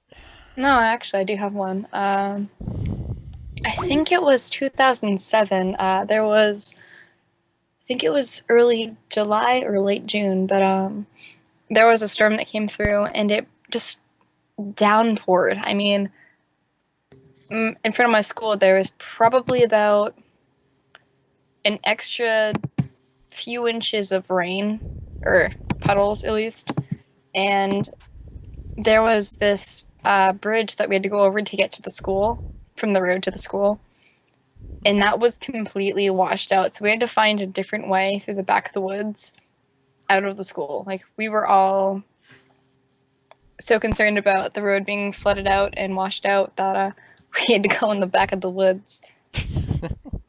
So Wow. Yeah, interesting. yeah, I remember during my flash floods. I mean, thank God my house is on a hill, but we still had a lot of big puddles in my backyard, and during the lower section of the my yard, and we had to build a pipe. Um, we had to build like a pipe system where we had to drain the water down into a certain corner and then like drain it out to the street. But I had one incident where one of my neighbors actually bent our pipe going into our street, or going into the street to drain the water. He actually bent the pipe upwards. He got like so pissed he actually bent my pipe up. So wow. yeah, so we had to send the pipe down like the other side of the street. So so I yeah. think it was 2006, actually. Maybe 2007. I don't know. I think it was Hurricane Emily or Tropical Depression Emily, ironically. Yeah. That hit, and it brought a lot of torrential downpours. And I remember the streets just being flooded completely in the Somersworth, Dover areas and of New Hampshire, and it was just crews had to work for hours trying to get the water to go down. Damn. Yeah, and these areas don't usually flood, so it's pretty weird to see. Someone's got a, ooh, I got a message from somebody. Who? It was Sam. Oh, be right back. Okay. Yeah. Gotcha. All right. Anyways, oh, by the way, I'll just promote this again. So if you guys, any viewers watching my stream, or if anybody is watching this later on in this DVR video, if you guys want to join these storm chasing talks, or if you want to talk about, I might do some vlogs, I might talk about, or I might do some podcasts later on, and we might do like talk about some specific topic points for like some weather events, or pretty much what's going on in the weather world. But if you guys want to attend those, just message me on Facebook, message me on YouTube or Twitter if you want to attend any of these. Okay. Any stories or any ideas? An idea I have, it kind of revolves around the fear of the storm chasing season maybe not being what we hope it is. Like last season. Yeah, last year was a Debbie Downer, let me tell you. Yeah, it was. Oh man. I had to like I just sit around the house like, when to get a rain? Like, I'm twiddling my thumbs like, meh, you know.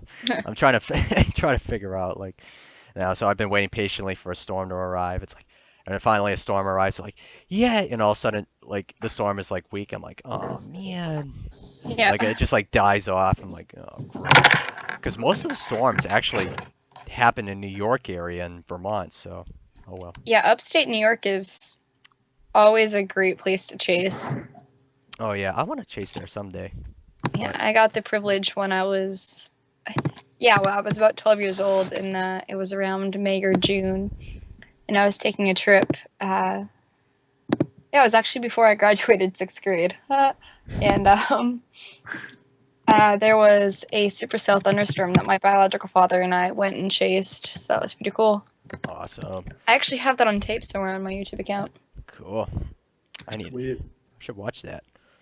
Um, yeah, I mean, my videos are, I mean, they're like, I think probably like 4 years old. I think I have 4 years of stock footage on YouTube, so, um, so yeah, well, the ones I could chase at least, but, but, but it's too, fortunately, I didn't get the Epsom, New Hampshire tornado or the Springfield, Massachusetts tornado, so, so yeah, but, Yeah. Well, I think it was Epsom that was maybe a funnel, but I think it was also a microburst. Yes, it was actually both. Both? We Yeah. had a microburst after, because that's right where I live, is where it happened. Oh, really? Wow. Yeah, right in my area. Huh. I'm right on the Mass-Connecticut border, so we had that with a tornado first and then a microburst later. It just both were just Wow. ridiculous. That's the thing about New England is that you never really can tell until after that maybe it's a tornado, maybe it was a funnel. Oh no, it was a microburst. Oh, we get those a lot. Yeah, we always Yeah. we always debunk like tornadoes and like tornadoes in New England because they're always microbursts every time. So. Yeah. You get the news reports that say, this just in, we have had a tornado sighting. And then you get the next one that says, scratch that, it was a microburst. It's like what? Just like we're very not patient people in New England. Well, we are in winter, but when it comes to like storms, we're not that patient. So we need like it's like especially when there's like a big thunderstorm that rolls through. It's like the meteorologists like want to forecast like, oh yeah, it's a tornado. No, Oh wait, it's a microburst. Oh wait, I'm sorry, that was just a little blimp on our radar. Sorry. Yeah, exactly. It's like you got like the National Weather Service has to survey the damage first. So what the meteorologist or broadcast meteorologist should do is say like pretty much say like okay, so we're gonna wait for the survey for the wait for the meteorologist to survey the damage. And then we'll come back to confirm it if it was a tornado or a microburst. So that's what they should say on air. And then once they confirm it was a tornado, they'll say it's a tornado. If it's a microburst, they'll say it's a microburst. So, like I said, Yeah, gotta wait patiently. Don't overdo it. Don't overexcite yourself. Well, I think after that whole Hurricane Sandy, or Superstorm Sandy, I should say, I know that after that event, that I think it was National Weather Service actually has to now start alerting people about the fact that it may be an actual big storm, even if it's not a real threat at the moment. But they have to start warning people early because they didn't do that with the storm. Yes. Oh, I know. I do agree. Yeah. I mean, they have to do advance warning. I mean that's definitely key. I do agree because like even like severe thunderstorm watches. They have to try to get the advance warning out, like, hey, there might be a potential severe storms, today. Usually they get their forecast from the Storm Prediction Center, but that's where I go, actually. I actually forecast on my own, so I know when the severe weather's going to happen, but, so yeah, if you guys want to check out, go to weather.gov and check out the SPC section of the website, the Storm Prediction Center. If you guys want to forecast for severe weather, they actually have some mesoscale, like, discussions and some like severe thunderstorm watches being posted soon and stuff like that. So so the advance warning is definitely key. So they have to keep doing it. Oh, you know what? Actually, there's an app I have on my Android, which is the Galaxy S3 phone, and it's called WeatherBug, and you actually have the privilege to see live cams, so you can see the webcams that are going on. Live stream weather. So it may take a few minutes or a few seconds at least to update, but that's usually another way I track is seeing the cameras. Interesting. Yeah. All I use is radar scope. That's all I use. I usually just use the radar itself and just Because the reason why I like radar scope is because pretty much it shows my GPS location and actually can show me storm tracks and how where the storms are moving and how fast it's moving. So I can judge like how fast I need to get into this certain position just by time wise and see how long I have to intercept the storm. So I do like radar scope for that. So that's how I get into the storms. Well, if you also want to test out your mathematical skills, you could also do the math on that one. Measure diameter of how long the storm is, and that you can get the time. Oh yeah, yeah. Yeah, Let's see square the cube and all that fun stuff. No thanks. No thanks. I Nope. don't want the algebra. Nope. Nope. Well, I Pass should that say class. calculus, but Oh no, there's actually what is it? Algebraic equations? I forget. I don't know. Forget it. there's finite algebra. There's algebraic That's the word. algebraic equations. There's finite math. Well, of course, calculus. I took pre-calculus and discrete mathematics. I also took. I'm gonna take applied statistics later on, but thank God I have to skip calculus. For my major at least, since I'm a computer information technology major.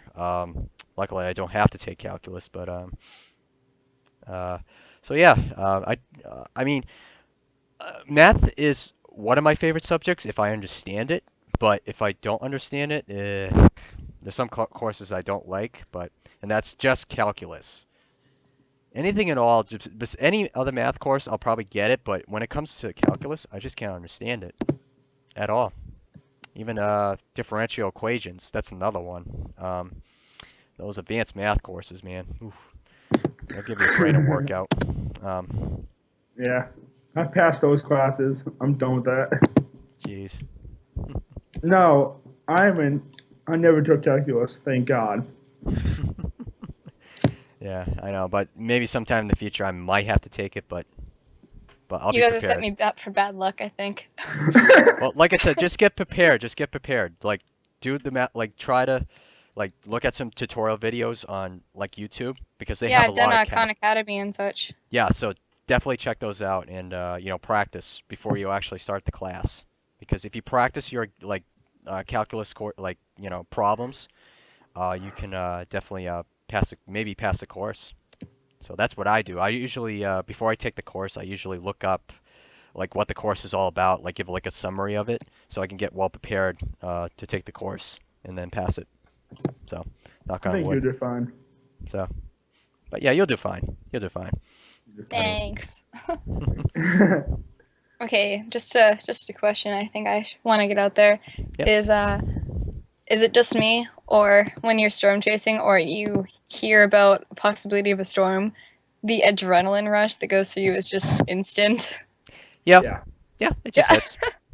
Like I it think- just it's all part of the about it's just like it's like butterflies in your stomach. It's like the nerves come in and it's like, oh, here we go, here we go. It's like a roller coaster ride, pretty much. You wait for that drop to hit. It's basically like that. That's the same thing in storm chasing. You get that butterflies in your stomach, like, ooh, man, the storm's coming, the storm's coming. Ooh. Yeah, it's like you can feel like the electricity in yourself. Yeah, it's like exactly.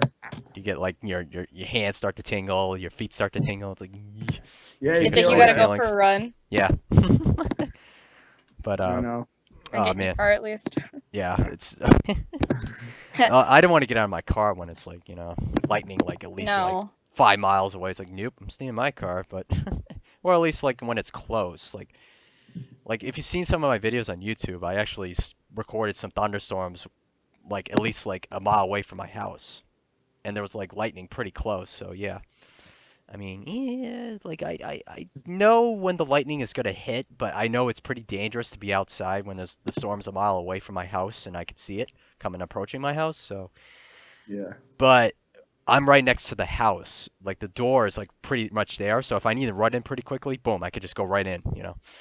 And if I can't make it to the house, there's a pool house, which I have a sauna, and I could just like go into the sauna and just wait. But and I could just open the door and just watch it from there underneath the sauna house. So um, um, and if I had a nice like structure on top of the hot tub, I can actually watch it from the hot tub. Oh But my gosh. oh well. But yeah, but hot tubs are deserved for outdoor stuff. But anyways, yeah. So Oh again, god. adrenaline rush. You know, Uh, yeah, I usually get it a lot, especially if I it's like to if a tornado happens. Ooh, I don't even want to go there. Yeah, I get so mad when I'm chasing and I'll hear about a tornado that, or a funnel at least, that, you know, was looking like it was going to touch down, and it's like in the next town next to me, and then it just goes away right when I get to the actual town. Yeah, that happens to me a lot. Like that. That's when you hit the steering wheel and go beep. Yeah. Yeah. Basically, you just honk your horn like, oh, come on. Insert swear word here. Yeah. Exactly. Oh man. Yeah. That happens to me a lot. Like when I try to intercept the Springfield, Massachusetts tornado, I was on Interstate 495 in traffic, and we had to turn around because again there was too much traffic and we couldn't get there in time. And I was in during the Epsom, New Hampshire tornado. I was in Keene, New Hampshire. I was in starting college actually, so I couldn't really chase, so I had to be stuck there. But we did get a nice show though in Keene, that thunderstorm. It was incredible. Like I saw like like the first time I saw the like the actual like the storm clouds rolling in. I remember the clouds were so dark. It was like so blue and black, like clouds coming in. It was like Armageddon happened, you know. The storm clouds like came over the mountains, and when the storm hit, it was so pitch black. All I could see was like above me was the gust front.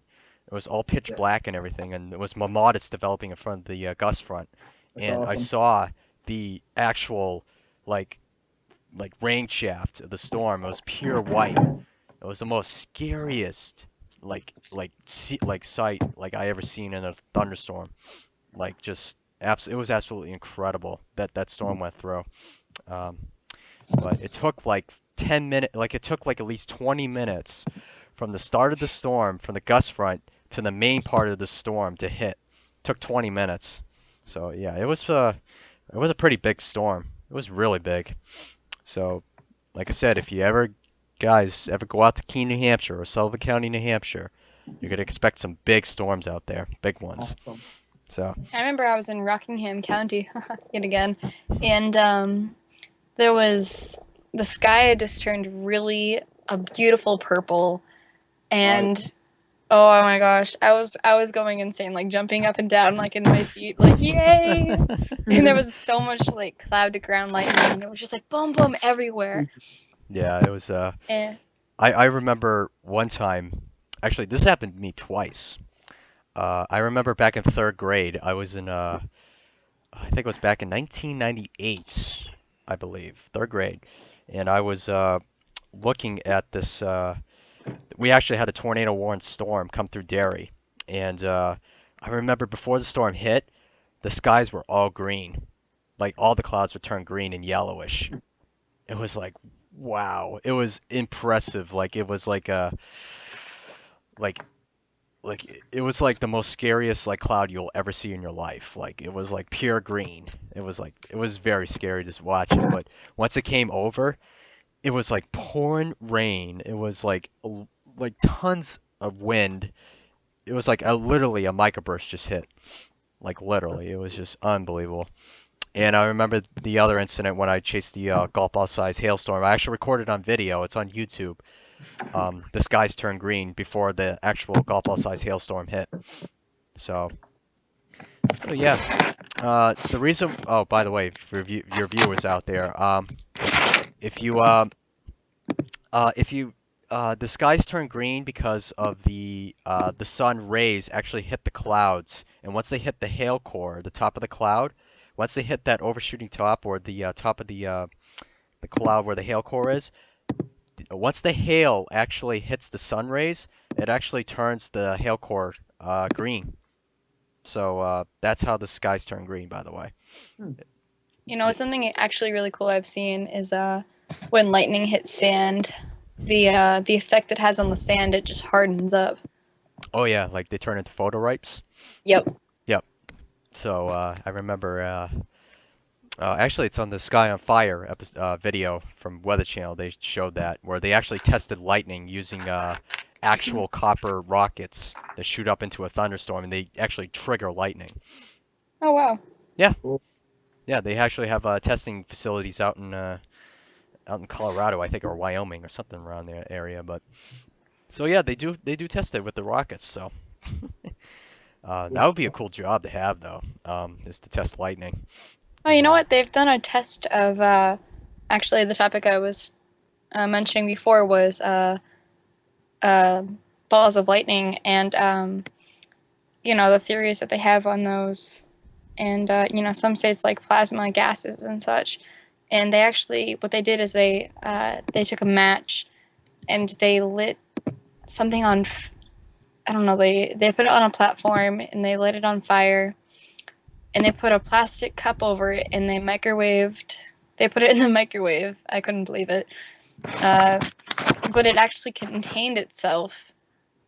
Even though it was on high, it contained itself, and you could see how it like moves up and down, and it shapes like the cup, and it pretty much proved it actually has something in it. So when you were saying, Kyle, when you were saying it looked like meteorites, Yeah. sometimes, yeah, that was proving that theory. Awesome. That's cool. I love when I'm smart. Anyways, but yeah, yeah. So that's awesome. Yeah. I mean, I did see a similar incident where they actually did that, but they actually had like a copper rod attached to the to like some sort of like system. But they actually proved like ball of lightning where they actually used like a electrical charge from the bottom part of the electrode, like I think it's an electrode, basically on the bottom, and they have one on the top, so they actually create ball of lightning during this like some sort of experiment that they did. But yeah, so I mean, it was a pretty cool experiment. I mean, I remember doing an experiment at home, actually, when I actually used like tinfoil in a pan, and I put the tinfoil in the pan, and I actually did put like rub my feet on the floor, and then use a screwdriver to use a electrical charge, pretty much. So that's Wow. one of the experiments. Yeah, you could do this at home. Actually, it's safe to do. Yeah. It's like electrocuting and stuff. You know, you shock somebody. You know, it's pretty much the same way. Um, I do have one of those tornado tube experiment things that I have, where the two soda bottles filled with water, and I have this little tornado connector, and I spin the soda bottles, and you get the tornado. I Oh, actually yep. did one for my presentation, my oral communications course that I did in college. I did the tornado test tube, where pretty much like I had to give the history of tornadoes, how tornadoes form, and everything and stuff. So that was basically it. So a pretty cool experience. Well, at least my public speaking skill or public speaking course helped me with my confidence in doing these live streams and doing these podcasts. So if you guys want to, you know, have confidence in doing like public speaking courses, or do like public speaking events later on in your job career, you know, definitely take an oral communications course or a public speaking course. It will help you out, your confidence. So, oh, my throat is killing me. Talking so much. I need water. Yeah, you think your throat hurts a lot? You should see those people who I think it's called like Rocks TV or something like that, and they talk about these gemstones and you know get these women to like buy rings and such, and they talk for about 8 hours straight, nonstop, and they have to be like, "Ooh, look at my hand! I'm hand modeling," and Oh ugh. God. Like those info commercials. So Jesus. God, yeah. But except for these shows, like run for hours Oh and my days. God. Like Well, half how of would your you main do show. that? Like seriously? Why? Like why would you do that? I'm gonna have Tiffany now take over. I gotta Yeah. have Tiffany now take over. I need a water break. You know. Oh man. Like I don't know. Like just keep it like 3 or 4 hours. That's all I need. Like the attention span of somebody to watch a video is 5 minutes. like on YouTube. Like that's why I have to make like videos like 5 minutes long or 10 minutes long. But sometimes I like to upload the whole entire video so you guys can see the whole thing. Yeah. So I don't want to leave anything out for you guys. So that's why I want to upload the whole entire chase to YouTube so you guys get the full view and full length of what I did, like from start to finish. So I get you. yeah. Yeah, like I'm planning on getting just just a dash camera that you can get from like I don't know like somewhere something expensive and just put it on my dash and then just use on like GoPro just for like certain spots where I want to get shots on the roof or shots outside. Yep. I feel the GoPro and then I can pick up the audio the best. Then just go better. But maybe that's just me. I don't know. But yeah, the dash cams are good. I mean, definitely get a GoPro if you can get one. I have one. Yeah. Yeah. I love it. Yeah. I don't know how many would you want, but I mean, I usually would have like I don't know. I would have like one pointed out towards the windshield, have one pointed out like towards myself, so I can have like video commentary. Like, so if I need to like point something out using my hands, usually I'll do that. So I have one camera pointed at me, and I'll have another camera on top of the vehicle, so so you can get a actual like 3D sound of what's going on. So using the waterproof housing, and then have another like two cameras on left and right side. So if you need to film lightning or something or tornadoes, you'll get the actual camera angle on left and right side of the vehicle, and you can have another vehicle on top of the back where you can get something in the back. So You know, some cool angles I've gotten before is actually the rear view mirror and the side mirrors of lightning shots. Nice. nice. Actually, that'll be pretty. That would work definitely. Yeah. It looks really intense when you're driving. You can see like the highway behind you or disappearing trees and such. It's really pretty. Yeah, but every time I try to like record like rearview mirrors, like I always when I try to record, I usually record like using my hands because I don't have like a dash car mount like in front of the car, so I have to use like a handheld, like try to hold like some of the cameras and stuff like that. So yeah. It's like, oh yeah, and I have to replace my tripod because my tripod broke last year, so I'm gonna have to replace it. But and it's money, money, money, money, money, money, money falling around you. But oh yeah. I know. And don't we all just wish Monopoly would work? Yes. I've passed go now. I'll collect $200, please. Thank you. Yeah, please go chase. Yeah. Pretty much. I've. That'd be cool though. Monopoly Storm Chaser version. Oh yeah. Have You it win to be a a dog tornado and be like Toto, like like oh my gosh. be the dog, be Dorothy, be No, Twister version. Come on, get real. Oh well, yeah, Wizard of Oz was good. I mean, I'm not don't That's true. I mean, come on, Wizard of Oz was good. Yeah, it was. Yeah, Twister was yeah, I could definitely do Twister, do like Dorothy, the actual like instrument piece, and then put like I don't know, Bill and Joe as like characters, and put like Toto maybe. You need the grandmother though. Grandma, yep, gotta have the grandmother. We need meat. Meat. Food. Food. Hey, Yeah. you're absolutely not going. You're going. No. No. Come on. Yeah. We crave. We need substance. Actually, believe it or not, we actually made the fried steaks and made the whole entire meal because Jason wanted to watch the movie one night. So we were really just like not wanting to order out, so we made the whole entire meal exactly as the aunt made it, and then ate it and watched the movie. That's great. I know I went to Universal Studios in Florida, and they actually have the Twister walkthrough.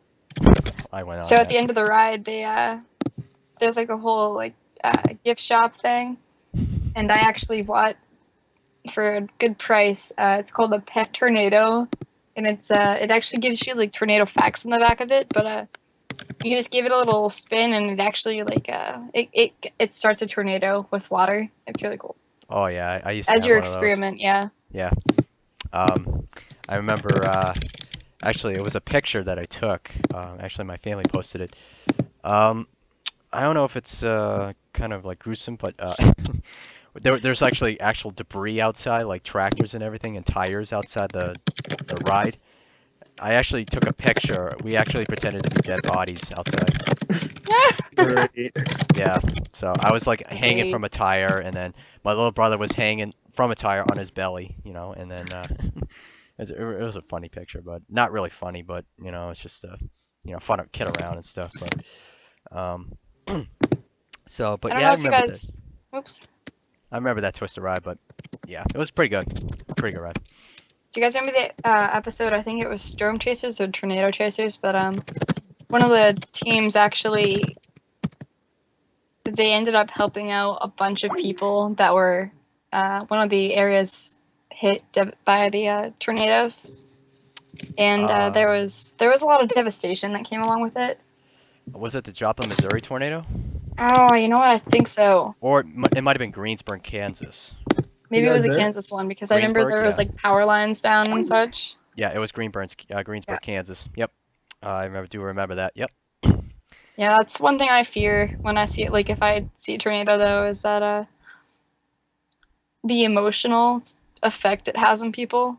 Yeah, And you as a chaser, yeah, as a chaser, it's like that's like chase a storm or save lives. yeah, Save lives. like save lives, it's like call quality. I don't want to get call quality yet. But yeah, I would say that oh, did he drop? Yeah, he did drop. I'll get him back. Poor Sam. Poor Sam. Get a broadband connection. Get a broadband connection, please. No. Yeah, you're I back. paid my college a whole bunch of more money for it. Yes. I'm back. Yeah, I know. It's not my fault. It's horrible college Wi-Fi. Yeah, I know. Do you have like an internet cord somewhere in there you can plug in? I do, but it's not. Well, I could. I could rip it on my PlayStation. All right. Well, you could sacrifice your PlayStation online. Come Hold on, on. it's not even on. I know, but still, I mean, you could sacrifice your internet line. I'm Just good use for it, I have one. It doesn't work. Yeah. I know. I keep dropping. I mean, heck, it's like yeah, if you could try, try to get a router if you can, I'm plugging into my computer. Okay. But, try to get like a, Alright, well, now I'm plugged in. Okay. So Cool. hope this works. Yeah, so it'll fix the bandwidth, but, well, we have about an hour and 15 minutes left of this storm chasing talk. So, yeah, we talked about 2 hours and 46 minutes. I think that's a good run, huh? First episode. In my throat. I can't wait to drink water. So yeah, let's see. I don't know if anybody has any questions on the viewer side. I mean, my throat's about to, my voice is about to go. I'm ready to eat, ready to get my snack and full and crave my sustenance. But I'm pretty much like talked about my storm chasing adventures. I don't know if you guys have any more questions, Sam or Emily, if you have any more questions on storm chasing or any weather events, anything like back when, anything like in media maybe. I don't know, like videos. Yeah, like one video that I was watching from the Tornado Titans, I spoke to you about this car before, a couple hours ago. It brought up a good point that there's a lot of people who are taking up the hobby of chasing, which is good, I guess. Because you know more as in the sky. But you're doing it like recklessly and you're doing it like irresponsibly. And it's hitting true people who actually love it, the passion, a really bad name. I mean, there's been a bunch of videos on our case of people like running with like red and blue lights and sirens that are chasing, just blowing through like red lights and everything. And I just hope that all of this craze will come to an end at some point, and we can actually have people actually love chasing. they come back and do it for the real science and the real Yep, effect of it. I do agree. I like some people, chase for, stock footage and some people chase for, safety measures. I'm the guy, I'm the storm spotter, so I want to save people's lives, but also like, record all the video footage and everything, just to, do my part, storm chasing side. But as a storm spotter, I want to save people's lives, so, report Exactly. in and, that's like a big responsibility I got to do, community service. Yeah, that's why I do with the ham radio and everything, because the ham radio, I have a cop. Well, I know the ham who is a police officer. So if I radio to him, he'll get out my information from the storm. He'll put that out on the police dispatch and everything. So definitely, I get what you mean though, that when you are doing a public service, it will make you feel a lot better as you're spotting Yep. or chasing, whichever one you want to call it. Yeah, So, it's always best to chase with somebody, exactly. Yeah, I mean, if you don't want to try to chase alone, mostly because it does get kind of boring if you chase alone. I mean, it's always best if you want to chase with somebody. I've done it, but you know what I mean. But, Yeah, I didn't really have to do it. yeah. I chased alone like so many times, because I can't find anybody around my area that chases. So, Yeah, it's the same thing for me as so many people just aren't interested, especially because of my age. People don't like to see it as, oh, it's a hobby. No, no, no, no. This is my life. yeah, exactly. I can just move up to where you guys are? Cause like I think it'd be better. Yeah. Is Well, it, if you live in New I don't Hampshire, think. it's pretty expensive. Just to let you know, property taxes are pretty high up here. So, Oh yeah, Well, we're the state with no tax with tax. yeah, welcome to Massachusetts. it's Free Massachusetts. Massachusetts. No, no thanks. I'll stay in New Hampshire. I love my state. I have Oh no yeah, sales tax, yes, so the state that we love, but also doesn't require you to have car insurance. yeah, Get in an Uh, accident, oh, you're screwed. yeah, pretty much. can I go up there? Okay, thank you. If you want to. It just sounds I like mean, better storms. Will people chase? I don't I know. mean, the thunderstorms up here are pretty good in New Hampshire. Like if you move to Keene area, you'll get a nice good show. I mean, up there around that area.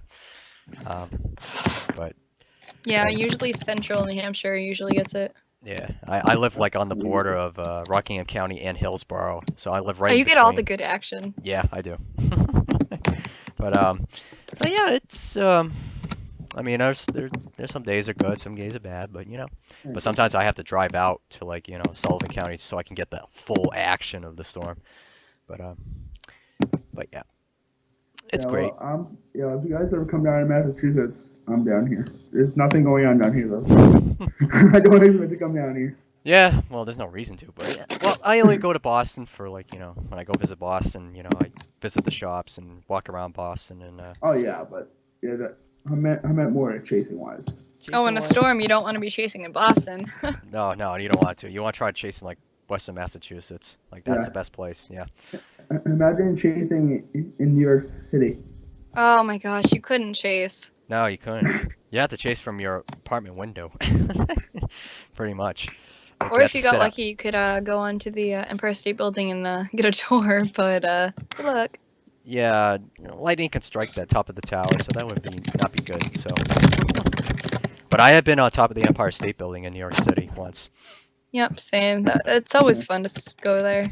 Yeah, and when I look down, whew, God, Oh, it's like oh God, the phobia of the falling. roller coaster feeling. Ooh. Yeah, it's like oh God. So I was like, oh, gotta get down, gotta get down. Yeah, so New York was a great adventure. I really liked New York. I did find one famous celebrity there. One, only one. It was who was it? It was the guy from Caddyshack 2. He was it was who was his name? I forgot his name. Hold on, let me look it up right now. Um, I've been around New York. It's great, but it's always best to take the subway or just walk around because everything is a good 20-minute walking distance, but it's not bad. But I actually been into one of those like French hotels in New York City. It's all strictly French there. Wow. Yep. So the people there spoke French. But the coolest thing is on the top of the roof is actually the pool on top of the roof. So that was cool, and I got to see the pool at night, and the skylight at night. So that was amazing. But That must have been pretty cool. oh yeah. So if you get a chance to go to New York City, it's awesome, and the food there is good. Food there is good. Especially out when I went out to San Francisco, I did the same thing, the food out there. Oh, it's delicious. But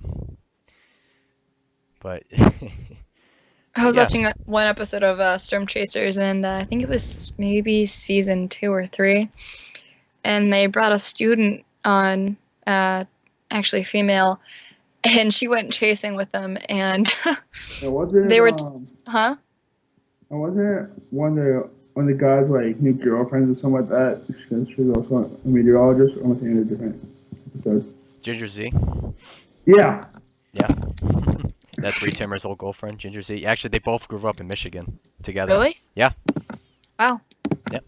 So that's why probably the girlfriend thing, they better. Well, they lived around the same area in Michigan, so I think that's why, they dated for a little bit, but I don't know who Reed's new girlfriend is. I don't know. I don't really care, but I don't follow their relationships. I follow their storms. yeah. So I mean, heck.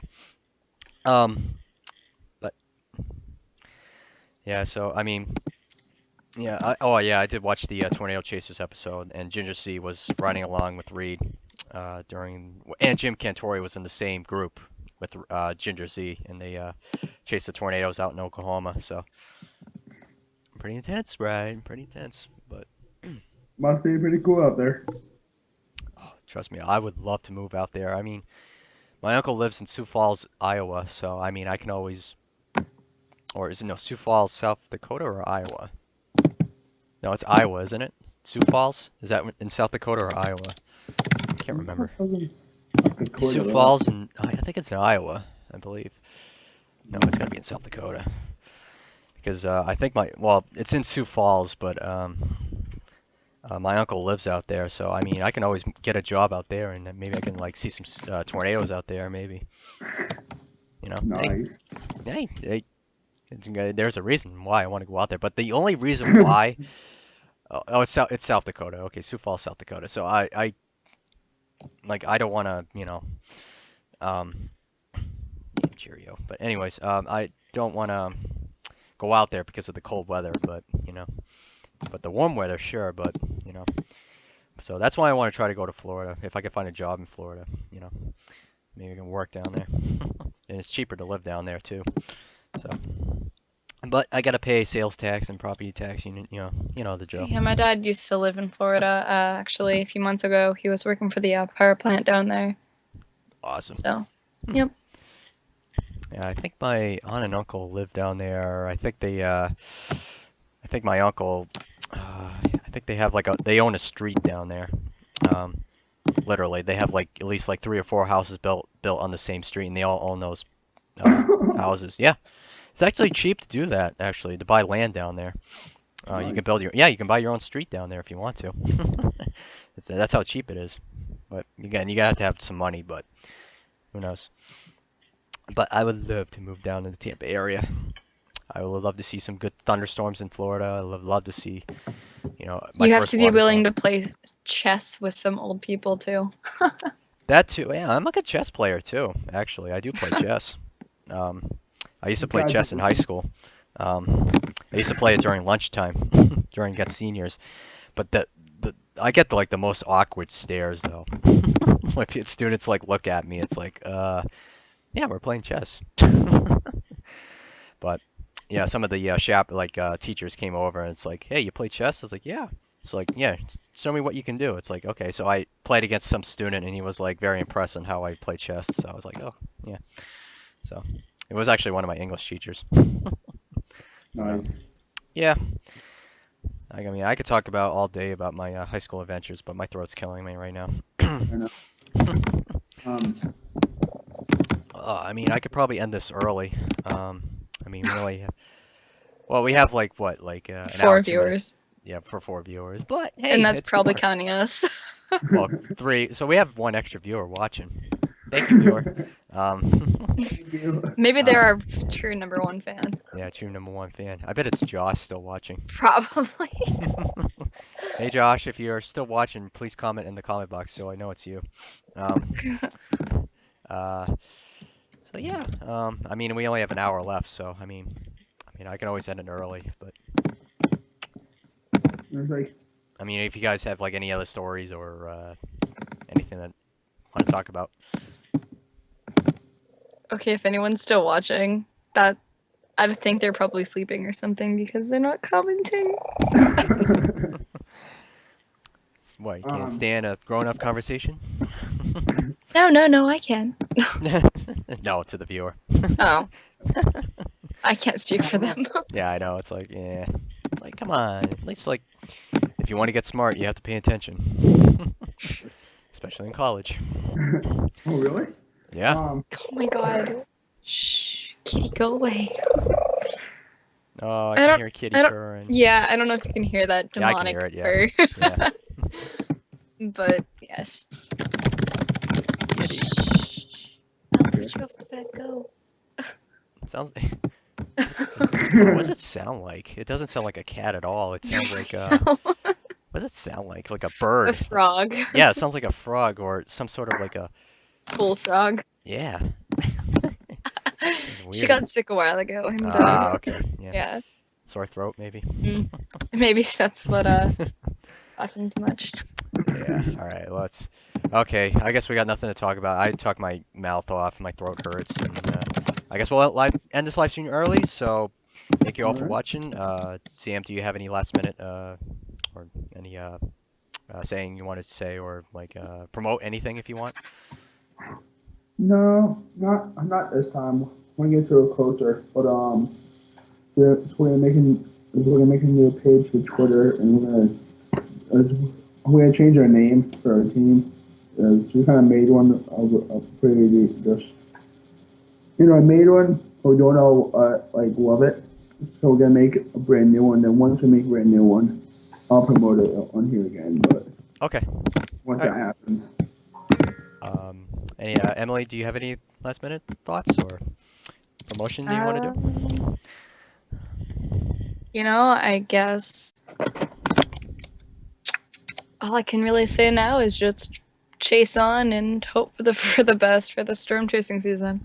Oh yeah, definitely. I would Pray for this. pray for a good storm chasing season. Pray for it. But That's all we want is a good chase season. yes, that's all we want. That's I what we do need agree. and count on. Definitely. Our So- adrenaline counts on you. You're our only hope. Yep. Yeah, Anyways. Storm Wars instead of Star Wars. Storm Wars. Big tornado, I am your father. You're my daddy. Mother Nature is my No. Mother Nature, but you have to say Supercell. No wait, yeah. Tornado says. Oh my god, I'm totally messing this up. No. Tornado, I am your father. Yeah, that makes sense. No, Supercell's father. Tornado, I am your father. Yeah. No, it's not true. It's not possible. Mother Nature Seek your speaks in. feelings, you know it to be true. No, no. This Anyways. is my night. Yeah. Yeah. Yeah, I'm a good kidder. I, have some mild dry humor. Oh, But it just updated. It was Josh. it was just all right. Hold on, one sec. Let's see if it Still there. It's still there. Okay. It. It did an update for me. Why is it not updating? Hello. Hey, one of my buddies that's in next a couple rooms over from me is also watching this one. So he just texted me and said, "Hey, I'm still watching this live stream." Okay. Yeah, because I don't see. There's only 4 viewers, so I'm watching the stream. Emily's watching the stream. Sam, you're And watching so it, is right? Sam. Yeah. Josh is And then watching there's it. Josh. And what about your friend? I don't see his viewer. It says 4 viewers now. Unless it's probably not inaccurate, but it's probably inaccurate. But who knows? I think maybe if it was done during the noon time, maybe we had more people. True, true. I want to do it late at night so everybody was at home and rested it. If they want to catch a live stream, they could. Gives you something good to do, like in the summer. This would be nice. Oh yeah, I definitely would do more like podcast vlogs, live streams.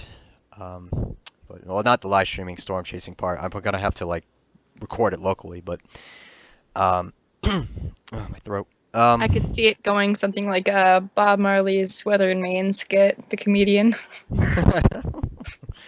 Oh yeah, that definitely will be it. Yep. Yeah, a podcast goes like, gee, yeah, we saw some rain, some lightning. It was a good chase. It was a, We yeah, it was saw a, some a very good Starbucks on the chase, way. and we never saw a tornado, but you know it was great. We saw some geese and It some was- turkey, but you know. We saw a little rain and some hail, but you know my mama always said that tornadoes are bad, you know, and sometimes you never know what you're gonna get. Right. Oh, man, I love Gosh. doing impressions sometimes. I'll do that in a later podcast or maybe a vlog, but who knows. Well, I can wrap it up here. I'll say thank you all for watching this Storm Chasing Talk, very first episode. You follow me on Twitter at NESCWX.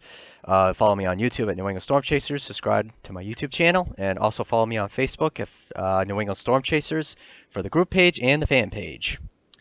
And thank you all for watching. Say goodbye, guys. Bye, guys. See Have ya. a good one.